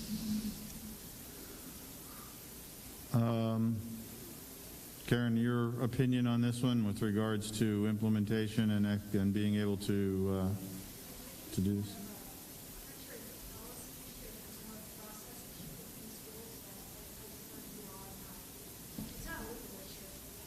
I want to spell it out, but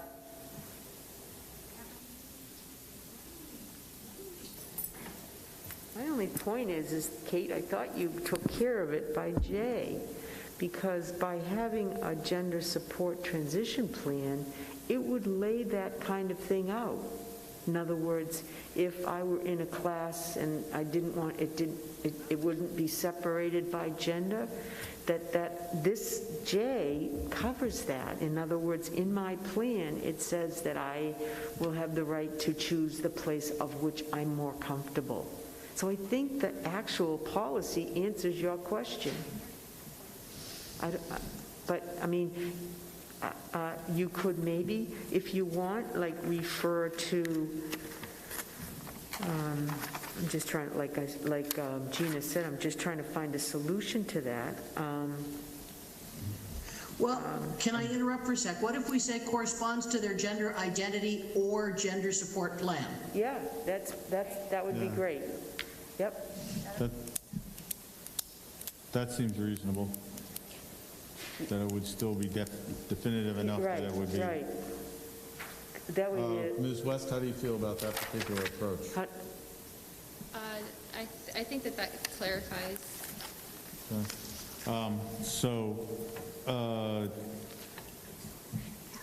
Ms. West, if you'd like to make the motion to make that change, and then seconded it, we can do that. Sorry, I'm not trying to make things go longer. I'm just trying to figure out if you, again, if you're a non-binary student, but you don't have a gender support plan yet. Okay. I guess I'm going to ask what would the process occur? So if there is a gender segregated activity, and Karen and Kathleen, you may know this much better than me, and the student can be included in the group that corresponds with their gender identity, and they said they were non-binary, what would happen? I mean, would there be a problem, or would they be able to choose whichever? I mean, what would happen? We normally say it's the one they identify with most consistently. Would there be a requirement on that, or could they just choose? There is for athletics. There is for athletics. Yeah. Okay. You know what we would probably do in that case is we're going to try and work it out. I mean, I love Kathleen's idea that you would go back to the gender transition plan. If there isn't a plan, then normally what's happening is the students working through the guidance counselors or other support personnel to then bring that forward and say, you know, this is what the student would like, and you know, they decide within the school. That's kind of that process thing instead of dealing with it at the policy level. Oh, yeah, they can't hear you. Sorry about that. So. Is your mic on?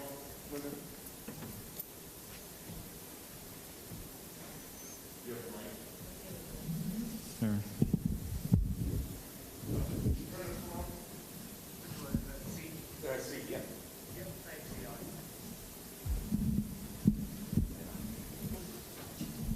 Linda, could you not hear that? Oh, I'm sorry. Gina, did you miss that? Yeah, I have no idea what that was. Okay. Sorry. Okay, I think the question asked was if you had a student who was binary, gender binary, and wanted to go to a specific, and please correct me, Kate, I don't want to put words in your mouth, but wanted to go to a group of choice at that point because they hadn't identified with one or the other, how we would handle that. Is that the correct question? I think that's pretty much it. Yeah, how would we handle it? So how do we word it? Yeah. Prior to having the plan in Yeah, place, and we said if there wasn't a plan, then basically what's happening is the kids have been working through their counselors, and then the requests have been going, you know, to the appropriate, like if it's an admin issue or whatever else, we deal with it that way. But now that we have, you know, assuming this gets adopted, there are certain processes within the schoolhouse that we're going to have to work out to deal with these kinds of things. But that may be something, you know, if it comes up, what it says in the sports policy piece is that we have the kids, the student would register as on a team under the gender that they most consistently claim, if that makes sense. So there could be consistency in that. But I think Kathleen's point is a really good one, and that is maybe at that point we then say, hey, we need to start addressing this through the transition plan.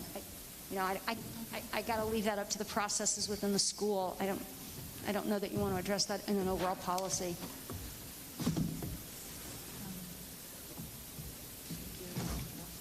Jim?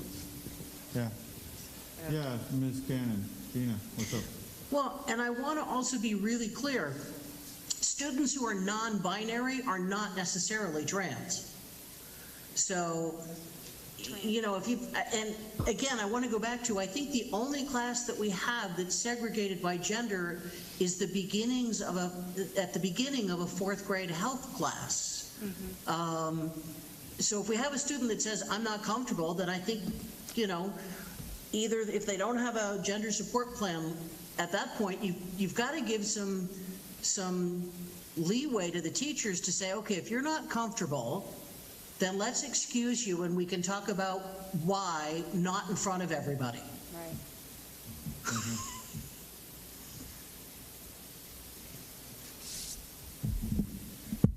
Kate, does that answer your concern?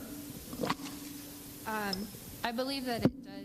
Did you want me to make a motion? Yeah, I think we were now down to where we just need to make a motion of words to fit there. So I move to amend the section D to add the gender support and transition plan language. Does that suffice? Can you repeat that again? Yeah, I've got it. Oh, you have it? Okay, that's good then. I just didn't. Go ahead then.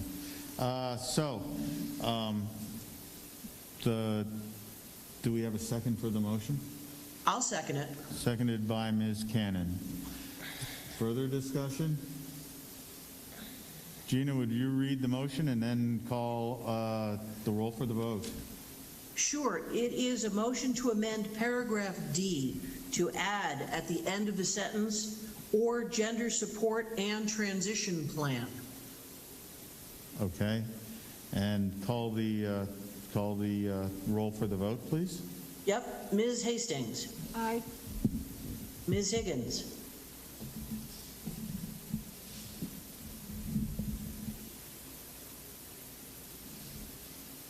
Barbara, you still with us? She's muted. I'll come back. Oh, Aye, I'm sorry. Aye. I couldn't That's make okay. the button No, work. it's long, it's late, so I get it. Mr. Parker. Aye. Mr. Richards. Aye. Ms. Smith. Aye. Ms. Walsh. Aye. Mr. Weinberg. Aye. Ms. West. Aye. And I vote aye. 9-0, the amendment to add the phrase "or gender support and transition plan" passes. Very good. Further discussion, Mr. Weinberg. I know it's getting late, so I'll be fast. I also hope I know we discussed this before, I hope the instructional committee is working on how they want to see curriculum possible, or just kind of instruction in general in schools. I mean, like health class, and if we want to start having people say pronouns more frequently, et cetera. And then my last one, similar to the last pregnant student policy. Alice, any insight, thoughts on transgender nonconforming policy? Maybe not. No. Thank you. Okay. So my basic answer is no, I don't have any direct comments. I agree. I was going to point out the changing to there, but you did that, so that was great. And I agree with the change. I think that's great for non-binary students. I sat in on one discussion while we were in the committee stage, and that was great to hear. So I agree with all the changes, and I think it's great that we have this policy in place. Okay. Anything else? We do have any other amendments or behind me? No?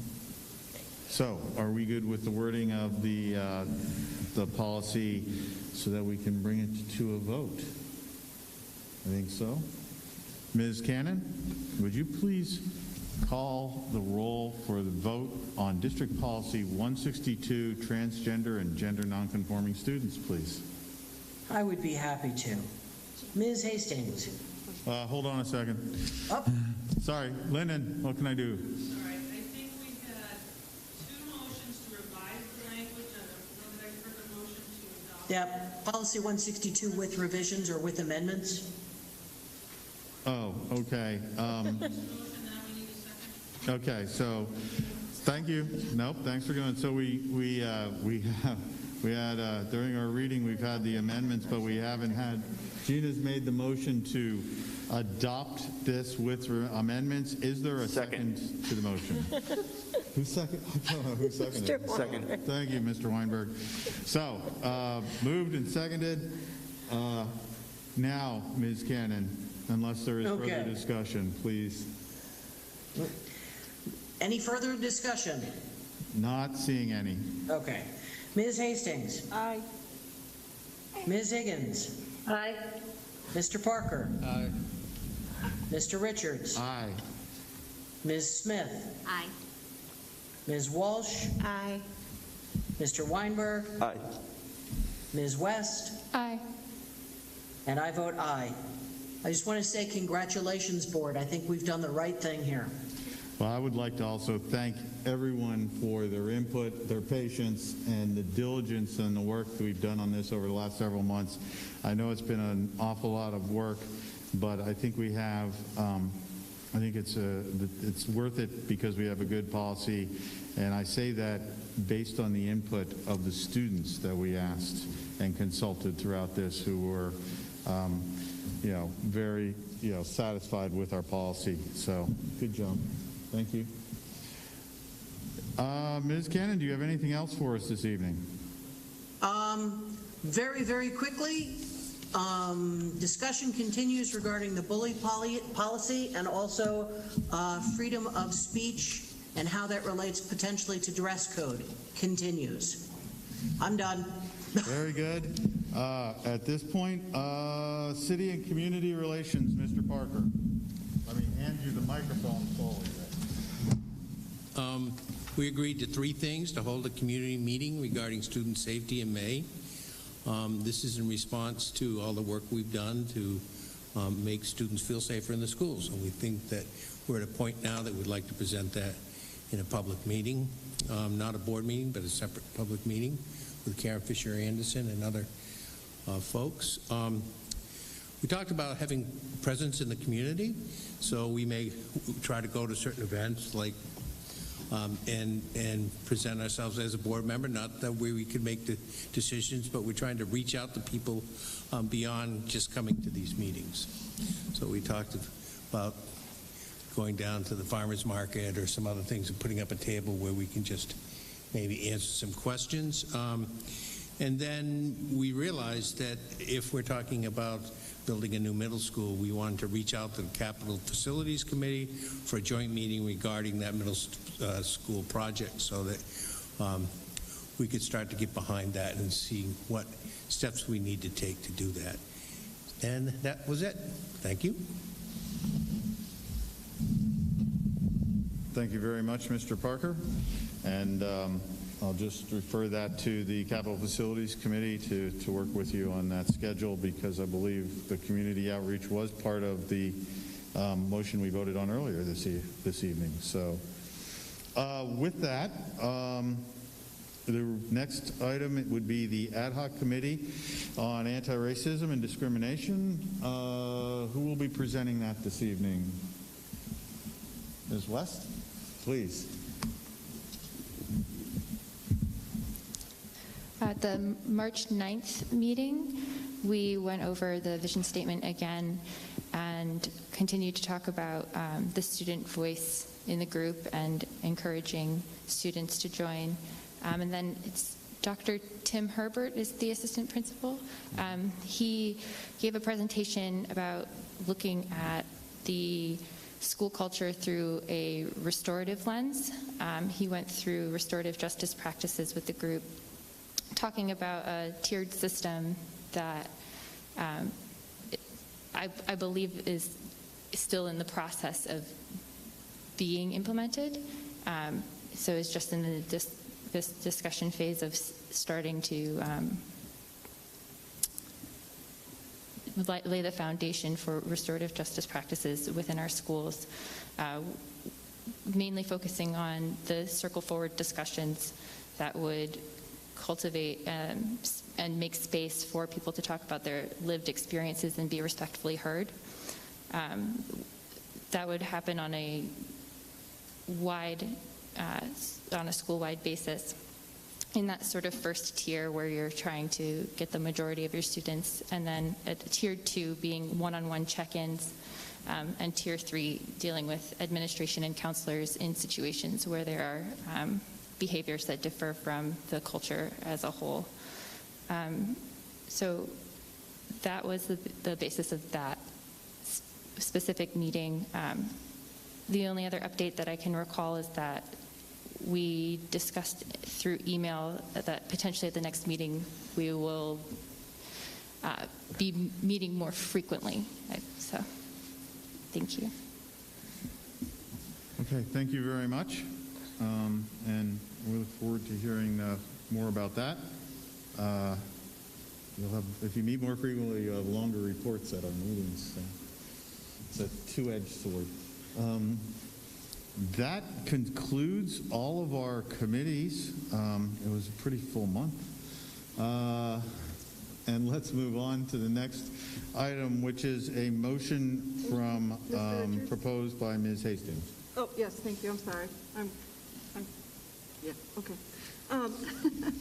So as we return to full in-person learning, the Concord School Board hereby recognizes, acknowledges, and expresses our sincere gratitude for the extraordinary efforts of teachers, administrators, nurses, educational assistants, food services,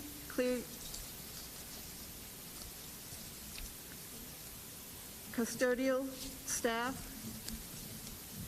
clerical staff, building services, and transportation specialists, and all who have worked with professionalism, dedication, and selflessness to meet the unprecedented educational challenges presented during the COVID-19 pandemic. Very good. Thank you. Is there a second to that motion? Seconded by Mr. Weinberg. Is there any discussion? Mr. Weinberg. Can you hear me, Gene? Oh, okay. I just want to say thank you for making the motion, Brenda. Ms. West. No, I agree.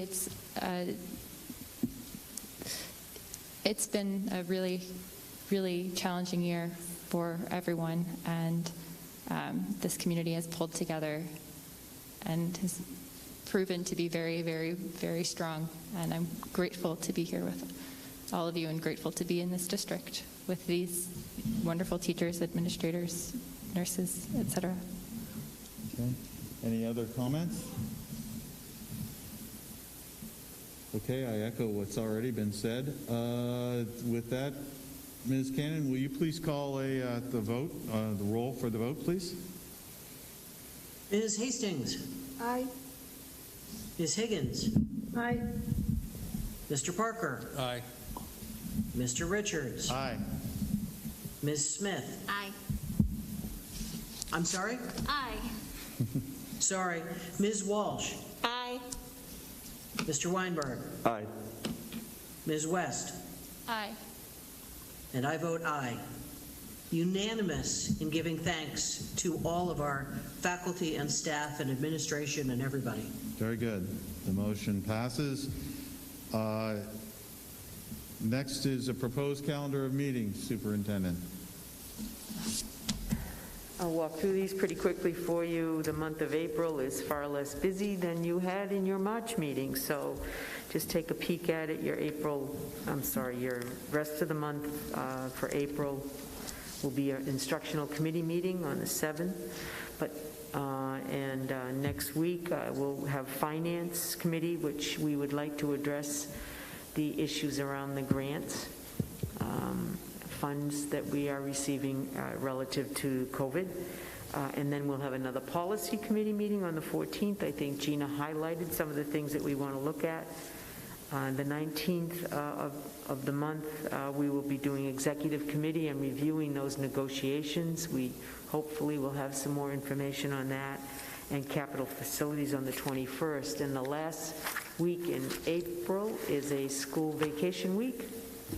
In the month of May, very traditional schedule for you, school board meeting on the 3rd and an instructional meeting again on the 5th, communication on the 12th,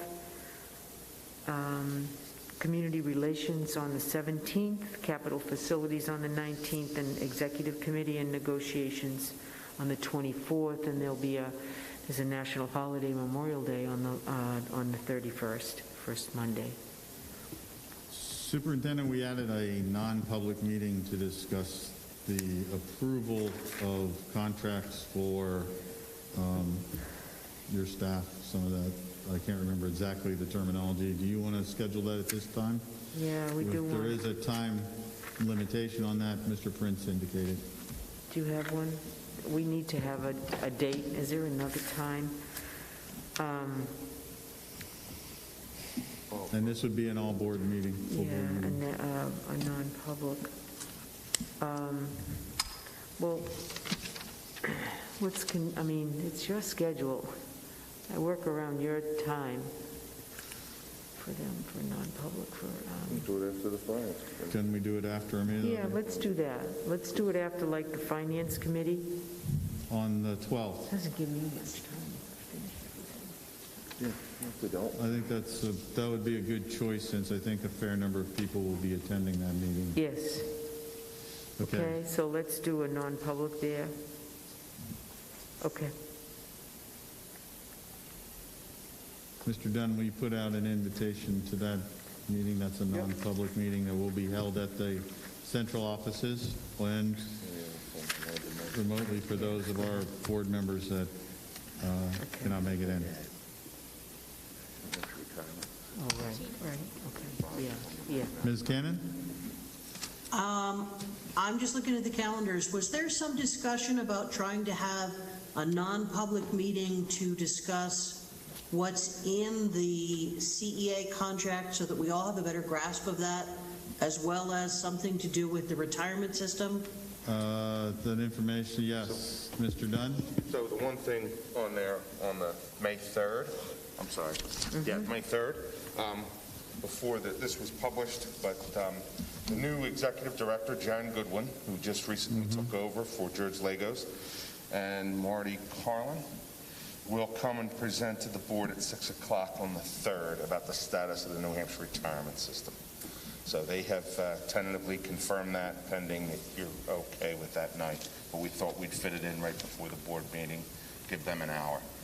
We did have them present a couple years ago, but it'd be good to get an update. So that's New Hampshire retirement. Did you hear that, Gina? I did, and I wrote it down. Very Was good. there also a Go ahead. I was just going to say we were going to expand that a little bit. I think Gina's about to ask, we were going to get Right. Yeah. Why not do that on the negotiations meeting that we have at 5:30 on the 24th? That's And then fine. we can walk through that contract. Very good. How would that be? Works fine with me. I'm just asking where we want to put it on the calendar. I think that's good, the 24th of May. Is that what we're Yes. thinking? And we'll do it as part of that 5:30 negotiations. I think that works fine. Okay. Everybody else okay with that? Anything else that we missed? Great. I'll update these for you. Thank you, Kathleen. Very good. All right. We are, at this point, we will accept public comment on any topic, either in person or remote. I'm not seeing anybody here in person that wants to make a comment. Mr. Dunn, do we have anybody remote that would like to make a public comment? But I don't see anybody with their If hand you up. are remote and you would like to make a public comment on any topic, within our policy 132, which is essentially, you have 5 minutes, and please state your name and your location. Raise your hand at this time, and we will admit you.